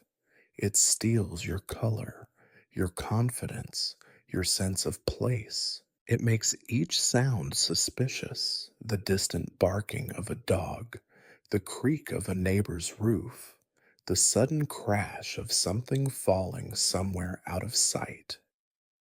Sleep is no real escape. The dreams are dark too, sometimes darker than the world outside. There are no lamps to light your way when you must venture out. You grope your way by memory or by the feel of ruts and puddles beneath your feet. Sometimes, when the moon is high and the stars are bright, you manage your observations, hurried, cold, and always aware of how thin the line is between solitude and danger. The darkness presses close. You think often of those who fear the night, and you know their fear is wise. Sometimes, in the middle of your work, You catch a glimpse of something beautiful, a meteor blazing overhead, the hush of a foggy field silvered by moonlight. In these moments, you almost forget the cold and the dark. But always, inevitably, the clouds return, the candle burns out, the door closes. You are left alone with the night once more. So you learn to cherish every scrap of light, every lucky glimpse of the stars. You grow skilled at doing without clarity, without comfort, without certainty. The darkness, for all its tyranny, becomes your constant companion, teaching you humility and vigilance. The night does not care for your hopes or your labor. It will always return, always envelop, always judge you by how well you endure. You tell yourself, as you bank the embers and blow out your last candle, that you are used to it now. But each night, as you feel the world vanish around you, you remember no one truly grows used to darkness. Not in this world, not in any. You do not wake up in the morning feeling inspired. Most days, you wake up with a backache, a sore throat, and the lingering suspicion that you have already forgotten something important, something you wrote down the night before by candlelight, half frozen and blinking through the smoke. There is a persistent fantasy among those who know nothing of your work that the pursuit of knowledge, even here, even now, is a noble quest, a grand adventure of discovery. In reality, it is a fool's errand, performed mostly by fools for an audience of none. To research anything in the Middle Ages is to swim against the current with rocks tied to your feet. First, there is the matter of information. You own a handful of books, and each is a treasure more precious than bread or shoes, though ironically, each is more likely to be used as emergency kindling or toilet paper by your neighbors than read. The village priest guards his collection of holy texts with all the warmth of a winter wind, and the few scraps of learning you can borrow are usually in Latin so garbled by generations of copying that you suspect the angels themselves would be confused. You write your observations in a notebook that has been patched and repatched, the parchment going thin where old words have been scraped away to make room for new ones. Every chart and calculation is an act of defiance against rot, damp, and rodents. You have, at times, retrieved your work from the jaws of a goat, the fire of a careless child, and the puddle beneath your own leaking roof. You cannot check your results against anyone else's. There is no library to consult, no learned colleague to debate. If you are very lucky, a tinker might pass through with a rumor of a scholar in a distant city, but by the time word reaches you, the scholar is likely dead, mad, or teaching arithmetic to the children of a minor lord in exchange for food. You are your own peer reviewer, your own audience, your own most severe critic and most gullible admirer. Every attempt at a scientific approach is undermined by your own poverty and the world's indifference. Your quadrant is unreliable, your astrolabe warped, your ink diluted by rainwater. When you try to measure the angle of a star, a gust of wind blows smoke in your eyes, or a dog howls and you lose your place, or you simply drop your chalk in the mud and spend an hour searching for it in the dark. When you do finally record a result, it is with the knowledge that tomorrow's weather or your own failing memory will render it suspect.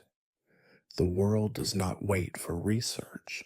While you labor over your calculations, life surges around you in its usual clumsy, messy way. A neighbor bursts in to demand you explain a chicken's odd behavior. A child brings you a frog from the moon. Someone is always crying, shouting, bleeding, or dying. You pause, put down your work, and attempt to be useful, knowing that whatever knowledge you gain will never outweigh your inability to fix a broken fence or find a lost pig. Even when you are able to finish an observation, the results themselves are fragile. The parchment stains, the ink runs, and the conclusions you reach are often so tentative that you wonder why you bothered at all. Perhaps the star really did move, or perhaps your quadrant shifted, or perhaps you simply made an error. Who would know? Who would care? You have heard stories told by optimists and fools of great discoveries made in distant lands. A Persian who mapped the stars with astonishing accuracy. A monk who built a device to predict eclipses. But these tales are as likely to be legends as facts, and either way, their work is out of reach, locked behind walls of language, distance, and social station. Your own discoveries, such as they are, remain locked in your own muddy, damp world. The priest, for all his wariness, sometimes demands you help set the date for a festival or check the moon for some holy purpose. You oblige, careful to couch your findings in terms the church will accept. When the date arrives and the weather is bad, you are blamed, of course. Your calculation must have been wrong, your methods impure. When you are correct, it is only because you were finally humble enough to listen to God's wisdom. On rare nights, you glimpse the reality behind the foolish hope.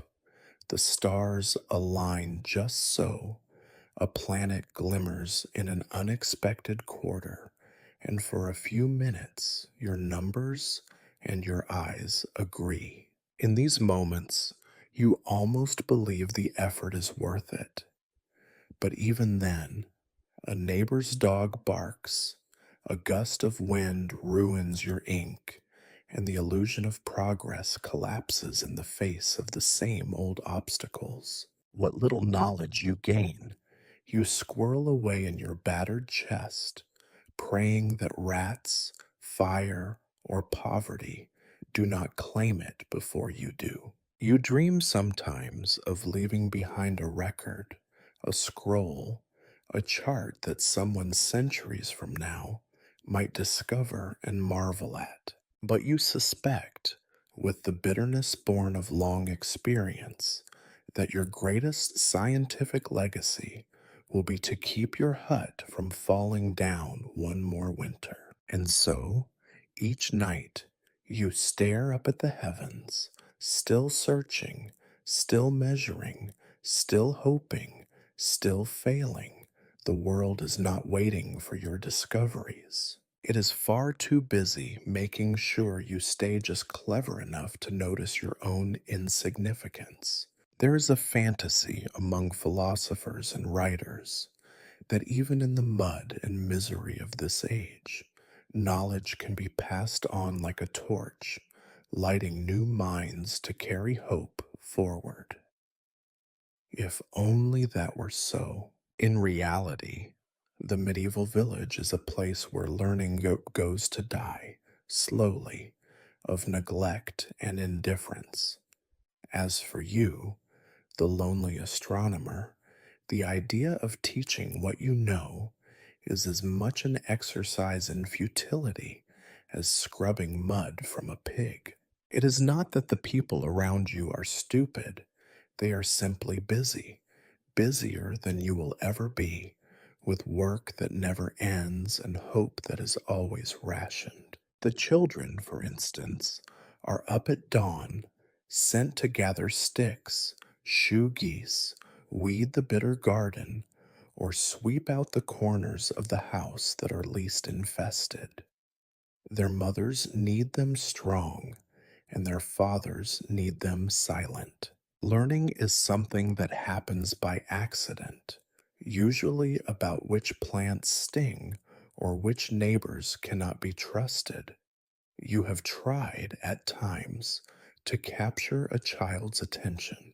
You once gathered a small crowd of them and drew the phases of the moon in the dirt, using pebbles and your best dramatic voice. They watched for a few minutes, squinting in the sun, until a dog ran through the middle of your lesson and scattered your model. Within moments, the children were chasing the dog, and your carefully explained lunar cycle was reduced to a cloud of dust and laughter. Adults are no more promising. They already know what they need to know, or so they believe. Which is more useful, the names of 5 constellations, or the knowledge of how to thatch a roof, trap a rat, or keep bread from going moldy in a damp cellar? The men snort and spit when you try to explain the wonders above. The women shake their heads and murmur about man's foolishness. Once, a neighbor's wife asked you if the stars could help her pig give birth. Your attempt at a scientific explanation was met with a request for a prayer instead. And so your attempts at teaching become more subtle, more humble.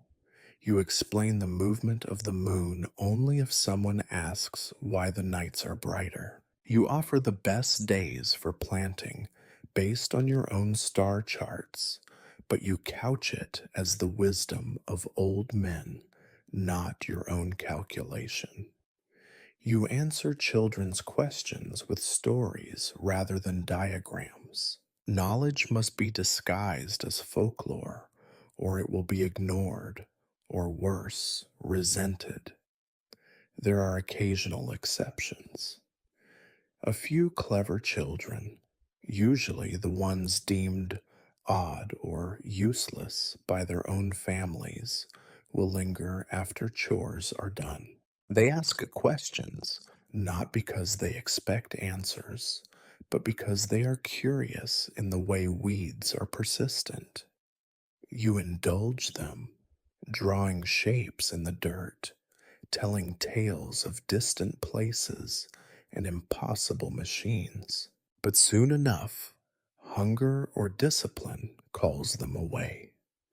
You suspect your greatest achievement may be inspiring a brief afternoon's daydream, soon forgotten under the weight of everyday struggle. There is no school, of course, only the priest's lessons, which consist mainly of rote prayers, parables, and the occasional basic arithmetic if he is feeling generous. The alphabet is a mystery to most adults, and numbers are things to be counted on fingers, not written on parchment. When you read aloud from your battered book, the words sound like magic, and magic, as everyone knows, is dangerous. Even when you try to teach by example, showing how to use your quadrant or measure the shadow of a stick, you are met with suspicion or laughter. The tools look like weapons or toys, and your careful explanations are lost beneath the roar of gossip or the hammering of the smith. Once, you tried to show a neighbor's son how to track the sunrise's position over a month. He lasted 2 mornings, then gave up, muttering about cold feet and useless knowledge. It is safer, you realize, to let the secrets sleep. You write your notes for yourself, not for the future. The world is not waiting for another astronomer. If anything, it seems determined to produce as few of you as possible. Sometimes, though, you let yourself imagine a world where teaching is more than a form of madness. You dream of a classroom, dry and well lit, filled with students eager to learn, their eyes bright with questions. You see yourself drawing planets on a chalkboard, explaining the movements of the heavens to a room full of rapt faces. Then the vision fades, replaced by the familiar smell of smoke and damp, and the knowledge that, even if you shouted the truth from the rooftops, most would simply cover their ears and hurry on with their chores. There is irony here, too. The very thing that might lift people from superstition, knowledge, cannot take root in the stony soil of daily survival. Instead, stories and rumors spread, while careful observation is left to wither. When you die, your star charts will likely be burned or turned into shoe patches, your notes read aloud for a laugh before being discarded. Still, you persist. You draw your lines, count your days, hope for a clear sky. You tell yourself that in some way, the mere act of recording what you see is enough. Perhaps, somewhere far in the future, another fool will look up at the same stars and wonder, just as you did, just as you do, every night. In the meantime, you prepare your tools for another round of pointless observation, knowing that the only thing less likely than a clear night is a willing student. Time is not your friend. This is true for every soul in your village, but for you, the astronomer, it is a particularly cruel adversary, a silent, relentless ruler that governs every movement of your body, every calculation, and every fading hope. The very science you love is nothing more than the measurement of time's passing.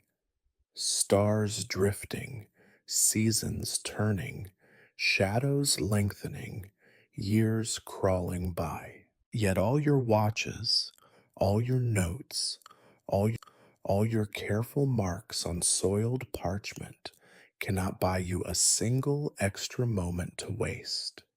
Your days are divided with relentless efficiency by the business of survival. Each morning, you wake too late and too cold.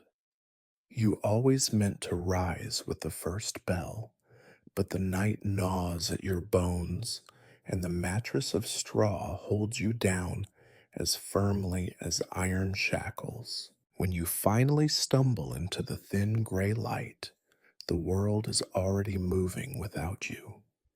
The baker is halfway through his dough, the smith's forge is roaring, the priest is praying or pretending to. You begin the day already behind, forever scrambling to catch up.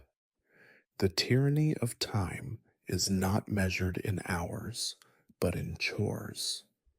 The woodpile must be replenished, the leaks patched, the animals fed.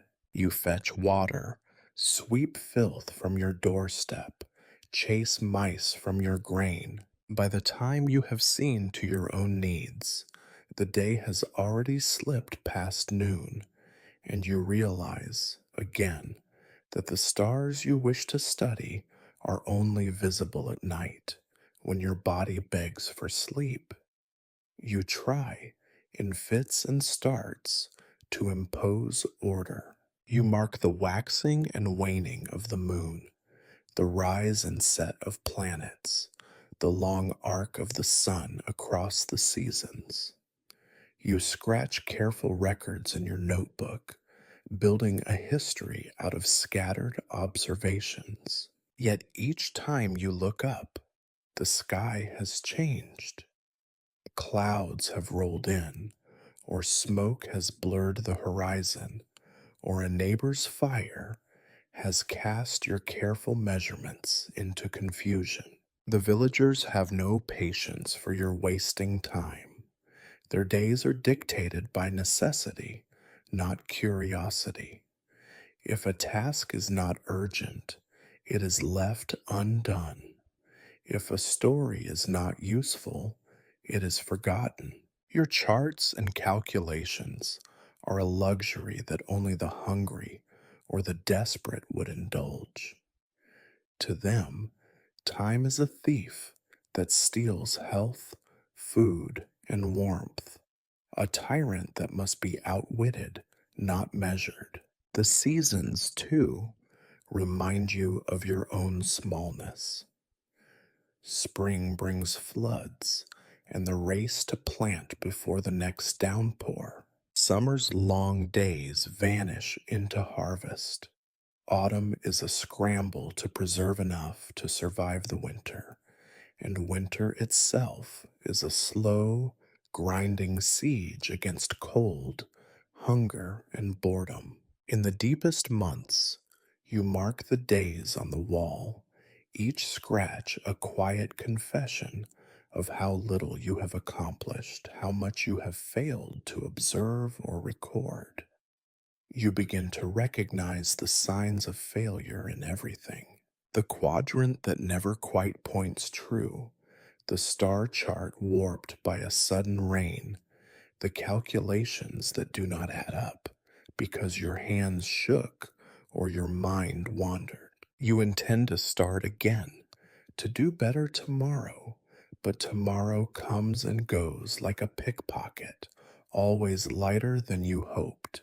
Sometimes, in the middle of the night, you wake with a start, convinced you have missed something important, a rare conjunction, an eclipse, a comet streaking across the sky. You run outside in your nightshirt, feet freezing, heart pounding, only to find darkness or cloud, or simply the ordinary, indifferent stars.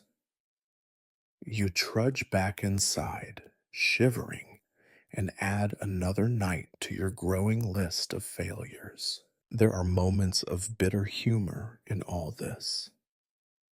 You, who measure the heavens, cannot even measure your own days. You, who record the slow dance of the planets, are forever out of step with the needs of your neighbors, your body, and your own ambitions.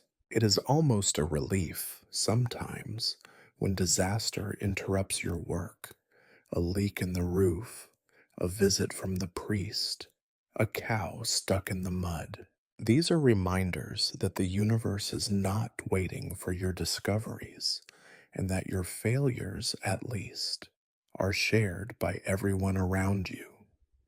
You find a strange consolation in the persistence of failure. If nothing you do truly matters, then the pressure to succeed becomes almost bearable. You scribble notes in the dark, knowing they will likely be lost or ignored. You count the days until the next new moon, even as you forget how many have already passed. You try again and again, simply because you cannot stop yourself. And yet, even as you fail, time continues its slow, indifferent march. The stars do not pause to wait for you. The seasons do not hold back their storms. You are, at best, a minor witness. One more pair of eyes squinting upward, one more scribbler of half legible notes, one more soul ground down by the tyranny of time. Still, you persist, not because you expect to win, but because giving up would be the only true failure. You measure, you write, you dream, you fail, you tell yourself that the consolation of failure is that you are, at least, still trying. In the world of mud and hunger and cold, sometimes that is the only victory you can claim. And so, as the evening comes and the first stars appear, remote, unmoved, eternal, you gather your battered tools, mark your place in your notes, and prepare to meet the night. The stars will not wait, and neither, you know, will time. If you wish to know the true texture of medieval scholarship, do not look to the university halls of distant cities, echoing with the confident footsteps of wealthy young men. Look instead to your own little hovel, where the knowledge you scrape together is balanced against the constant, gnawing absence of every resource you might need. To study the stars here is not simply a battle against ignorance, but a slow siege against poverty and neglect. There are no patrons for a man like you. The village lord, if he remembers your name at all, remembers it as a punchline. The man who reads the sky but cannot mend a fence or heal a sick cow. Once, when the crops failed and the peasants begged for divine signs, you tried to offer your insights about the coming weather. The Lord listened for a moment, then waved you off with a snort and demanded another prayer from the priest. Practical men prefer practical answers, even if they do not work. No one gives you coin for your studies. There are no stipends, no eager donors, no grateful students. You trade the rare scrap of advice for bread or candles, and sometimes not even that. Most often, you simply go without. You know hunger well, its different faces, from the mild ache that comes with a skipped meal to the sharp, punishing emptiness of a week when rain ruins the stores or thieves take more than their share. Tools and materials are a constant struggle. Your quadrant was patched together from broken tools and scavenged copper. You use bits of string, animal bone, even the edge of a rusty knife to draw and mark.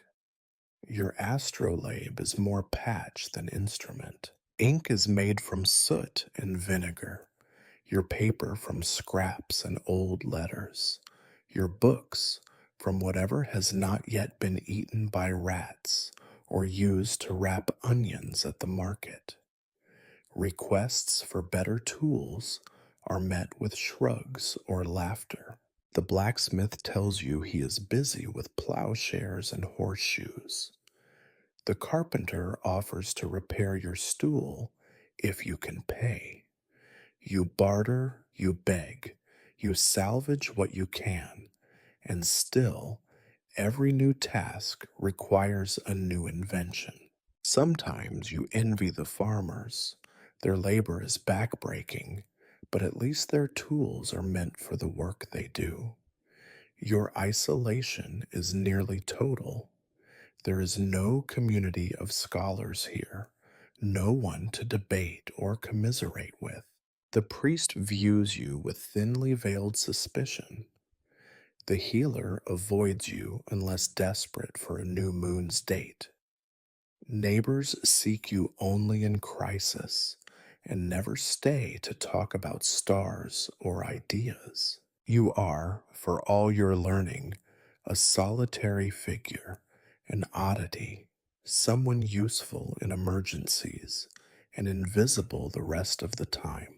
Sometimes you imagine sending your findings to a great city or seeking out a patron willing to house and feed you in exchange for your knowledge. But the journey would take months through forests and over mountains, and you would need food, shoes, and perhaps a friend willing to walk beside you. You have none of these. And besides, you know what you would find at the end: a new master, new chores, the same endless cycle of being tolerated and ignored. There is a kind of poverty, too, in information. Even if you find a book or letter, you may not be able to read it. Wrong language, wrong script, too badly damaged to make out. The one or two educated people you might write to will likely never answer. For all your attempts to keep up with the progress of the age, you are years, even centuries, behind the conversations taking place in distant courts and libraries.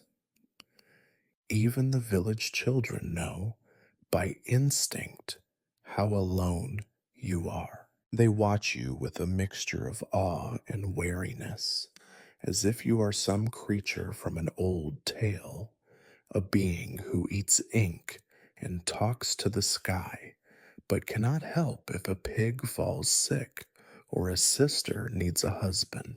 Your cleverness is an ornament, not a tool, and everyone knows that in times of need, an ornament is the first thing to be discarded. On rare nights, when you look at your battered notes by the flickering candle, you ask yourself why you continue. The world is not waiting for your discoveries. No one will rescue you. No one will send help. If your quadrant breaks, you will patch it yourself. If you fall ill, you will recover or not without the help of any trained healer. If you die, your tools will be scattered or sold for pennies, and your notes used to light someone's fire. Yet, somehow, you persist. Perhaps it is stubbornness, or the stubborn hope that understanding the stars gives meaning to the misery below. Perhaps it is just the habit of looking up, of searching for patterns, even when everything in your world is chaos and want. In this, at least, you have control. Your observations are yours alone, and even if they vanish in the next flood, they existed, if only for you. You remind yourself, as you scratch another record onto a scrap of parchment, that the stars themselves are not generous. They do not offer aid or comfort. They are simply there, silent, bright, indifferent. And in that silence, that indifference, you find a strange, unshakable kinship. So you keep working, one man, alone, with no aid and no resources. It is not glory. It is not even hope. It is simply the habit of paying attention and the faint comfort that comes from knowing, if only for a moment, that you have seen what others never will. The world, you have learned, is not generous with company. The medieval village is a crowded place, bodies always near, but true friendship, like clean water or clear skies, is a rare and unreliable thing.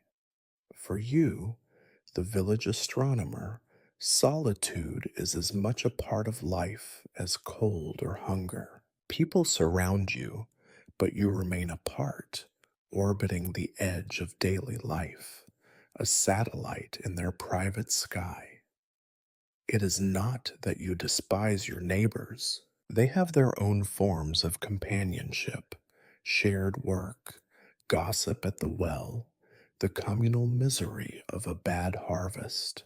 But their friendship is built on shared needs and familiar routines, work done side by side, meals eaten in company, the comfort of a hand on your back after loss. Your needs are different, your routines odd.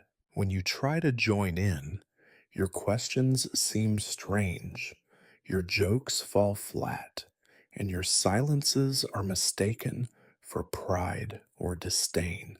The few who do approach you are usually those who themselves occupy the edges of village society. The elderly widow who lives at the far end of the lane, the shepherd's son who talks to his dogs more easily than to people, the apprentice who is always in trouble for asking why. You find these companions in moments of quiet, an unexpected kindness, a short conversation at dusk, the loan of a warm stone for your aching hands. The friendship is always provisional, cautious, and never without the unspoken rule: do not talk too much about the stars. Sometimes you have brief alliances of circumstance. When sickness sweeps the village, you help the healer grind herbs or carry water for the dying. When a neighbor's roof collapses, you are called to haul thatch or lift timbers. In these moments, you almost feel part of the fabric of the village, included not for your curiosity, but for your hands and your willingness to work. These bonds dissolve as soon as the crisis ends. The next day, the healer avoids your eyes, the neighbor forgets to thank you, and you return to your usual orbit. Even your attempts at camaraderie with the priest or the smith are limited. The priest, as always, sees you as a potential heretic or a useful tool, depending on the season and his mood. The smith laughs at your soft hands and odd pursuits, but once, late at night over sour ale, admitted that he too sometimes wonders about the world outside the village. These moments are rare, fragile, and not to be trusted. Mostly, you are alone. Your closest confidants are your battered instruments, your weathered star charts, and the silent, unchanging presence of the sky. You talk to yourself as you work, muttering calculations and questions, rehearsing answers you will never give. You write notes as if for an audience, half hoping someone might one day read them and understand. When loneliness grows too heavy, you walk to the farthest field where the darkness and quiet are complete. Here, at least, you can pretend the world is listening. There are days when the solitude is a blessing. No one interrupts your thoughts, no one judges your failures. You can work as slowly as you need, tracing each line in the sky with the care of a lover. You become attuned to the smallest changes: a new star, the faint shift of the moon's light, the subtle sound of frost creeping across the earth. You tell yourself you prefer it this way, that the price of curiosity is distance, and the reward is freedom from the petty dramas that consume your neighbors. But the cost is real. When you fall ill, there is no one to check on you. When your quadrant breaks, there is no eager apprentice to fetch a tool or help repair it. When your roof leaks in a midnight storm, you patch it alone, shivering in the dark. In the hardest seasons, when hunger gnaws at your belly and cold creeps into your bones, you wonder what friendship is really worth and whether the stars are truly a fair exchange. You are haunted, sometimes, by memories of a different kind of companionship, You remember a childhood friend who once listened to your stories of the heavens, eyes wide with wonder. He left the village long ago, driven out by hunger or a lord's taxes, or perhaps just the weight of being too different. You do not blame him. Sometimes, when the night is clear, you imagine him in another place, looking up at the same sky, and for a moment, the loneliness softens. Occasionally, you are surprised by gestures of unexpected warmth. Someone leaves a crust of bread on your doorstep. The midwife asks, in her gruff way, if you have seen anything strange in the heavens, meaning perhaps a sign that her patient will survive another winter. A child, emboldened by darkness, slips you a question about the moon before running back to the safety of the fire. These small connections keep you from drifting too far into isolation. Still, you know your place is at the margin. The others cluster around the fire, trading stories, sharing laughter, weathering sorrow together. You watch from a distance, notebook in hand, and tell yourself it is enough. Sometimes it is. Sometimes it is not.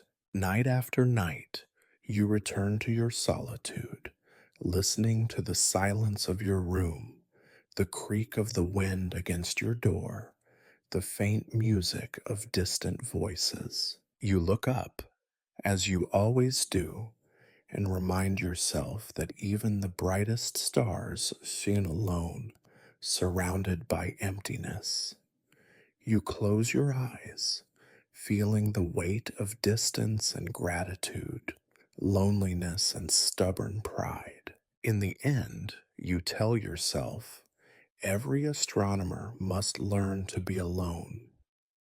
The heavens demand it, and so, you suppose, does the earth. As the years pass, you come to realize that there is no escape from the darkness, neither the one pressing in each night from the sky, nor the quieter, colder one that seeps through your thoughts. If you began this work with any notion of glory or discovery, time has stripped that from you, like winter stripping the last leaves from the trees. What remains is something more enduring, if less hopeful, the habit of looking up even when the world below demands your gaze.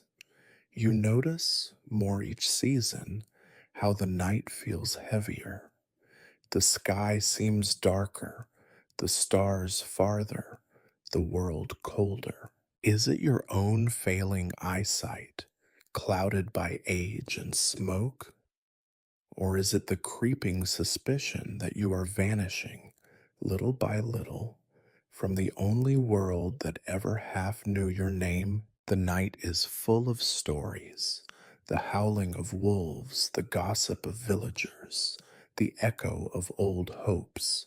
But in the middle of it, you are left mostly with silence and a peculiar sense of being watched by indifferent eyes. For all your years studying the heavens, you have learned only this: the stars do not care.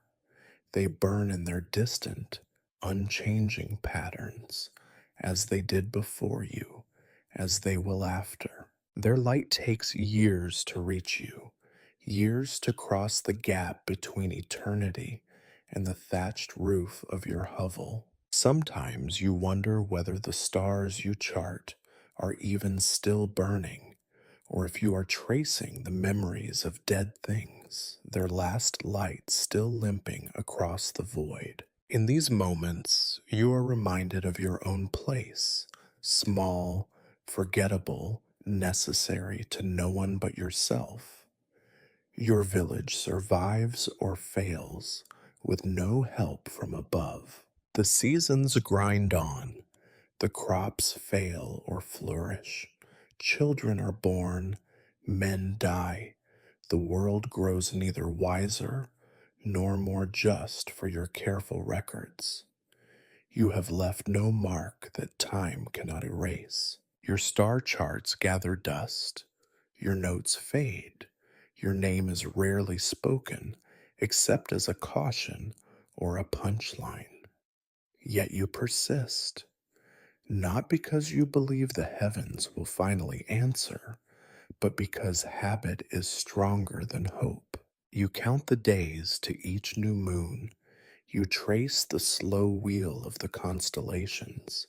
You measure and scribble and curse and pray, though you know, truly know, that it makes no difference.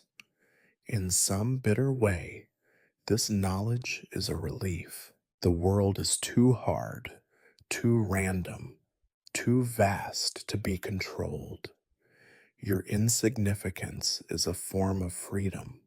Sometimes, when the clouds clear, you stand outside long after the others have retreated to the warmth of their beds. You wrap yourself in every scrap of wool you possess and let the cold cut through you.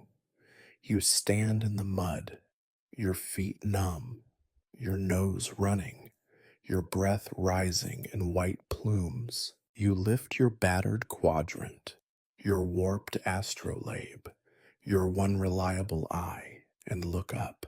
The sky is as empty as ever, but you feel, for a moment, the echo of something larger, the old longing that made you begin this strange path in the first place. You do not mistake this for comfort. The darkness is no softer just because you have grown used to it. The world will continue to spin, the sky will continue to turn, and your place in it will remain unchanged. A footnote, a shadow, a pair of eyes squinting upward in the hope of seeing a little farther. There are times when the darkness above seems to have crept down to the earth, swallowing the village, muffling all sound, flattening every hope. The children cry at night, the dogs whimper, the elders murmur old prayers. You know the legends. The world will end when the stars fall from the sky, when the darkness is so thick even the bravest cannot light a candle. But the true end is quieter, the slow forgetting, the acceptance that nothing you do is ever enough. Still, you fight. Not the heroic, loud kind of fighting. No, your struggle is quieter, more persistent. You keep your records, not because you believe they will survive, but because something in you cannot let the story go unfinished. You mark the positions of the planets, the shape of the moon, the dates of eclipses, long after anyone around you has stopped caring or even noticing. In a world so full of endings, you keep writing as an act of stubborn refusal. Some nights you wonder what would happen if you simply stopped. If you let the quadrant rust, if you let the ink dry, if you turned your face away from the stars and let yourself become only another villager, anonymous, unremarkable, just one more body moving through mud and hunger, it would be easier. But you know you will not. Not because you believe in the importance of your work, but because you are too afraid of what the darkness would become if you turned your back on the only light left. You do not expect gratitude or legacy. You do not expect rescue. You do not expect the heavens to notice your effort. But when you stand in the dark, looking up, there is still a flicker of something, a memory of wonder, a shard of meaning, a reminder that even here, even now, you are alive. And so, each night, You return to the darkness, your tools in hand, your notes in your pocket, your eyes fixed on the same stars that watched over all the centuries of suffering and hope before you. You stand alone, but you stand all the same, and that is the only answer the night will ever give. And so you come to the end of another day, another night, another long and pointless observation. The cold is deeper in your bones now than it once was. The ache in your joints is as familiar as the feel of your quadrant, as constant as the damp. There is nothing left of the dreams you once had, except the habit of looking up, an old stubborn muscle twitching even as the rest of your world gives in to gravity. Your hovel is quieter now. Some of your neighbors have moved on, dead, gone, forgotten, or simply swallowed by the years. The children who once threw stones at your door have grown and left for other villages, or have themselves become weary parents, teaching their children to avoid the strange man who wastes his nights with numbers and stars. The cycle repeats. Even the faces at the market change. Fewer old friends, more strangers, each one more interested in the price of onions than in the rising of Venus. Your tools, battered and patched, seem heavier. The quadrant's markings have faded, the astrolabe's brass now almost green. Your notebook is swollen with stains and nearly illegible entries, a record not of brilliance, but of persistence. The candle stubs are fewer, the ink is watered thinner. Sometimes, in the gloom, you squint at your own handwriting and struggle to remember what you meant. Did the stars truly drift that way? Was the moon really so red? Or is memory playing the cruel tricks of age and repetition? Outside, the world is the same as it ever was, hungry, muddy, uncertain. Each season brings familiar torments, a roof to mend, rats to chase, a cough that never goes away. The food is no better, the streets no cleaner, the future no clearer than it was when you first looked up at the night sky and wondered what lay beyond. The villagers struggle and hope, suffer and endure. So do you, though the reasons have blurred. You sometimes ask yourself, at the end of a long, cold watch, what the point of it was. What has all this accomplished? No one in the village is better fed, safer, or happier because you tracked the wanderings of a distant star or the precise hour of an eclipse. Your calculations have not kept death from a single door, nor have they chased away the shadows of superstition and fear. The world below is as stubbornly opaque as the clouds that so often block your view. Yet, for all its futility, something in you persists.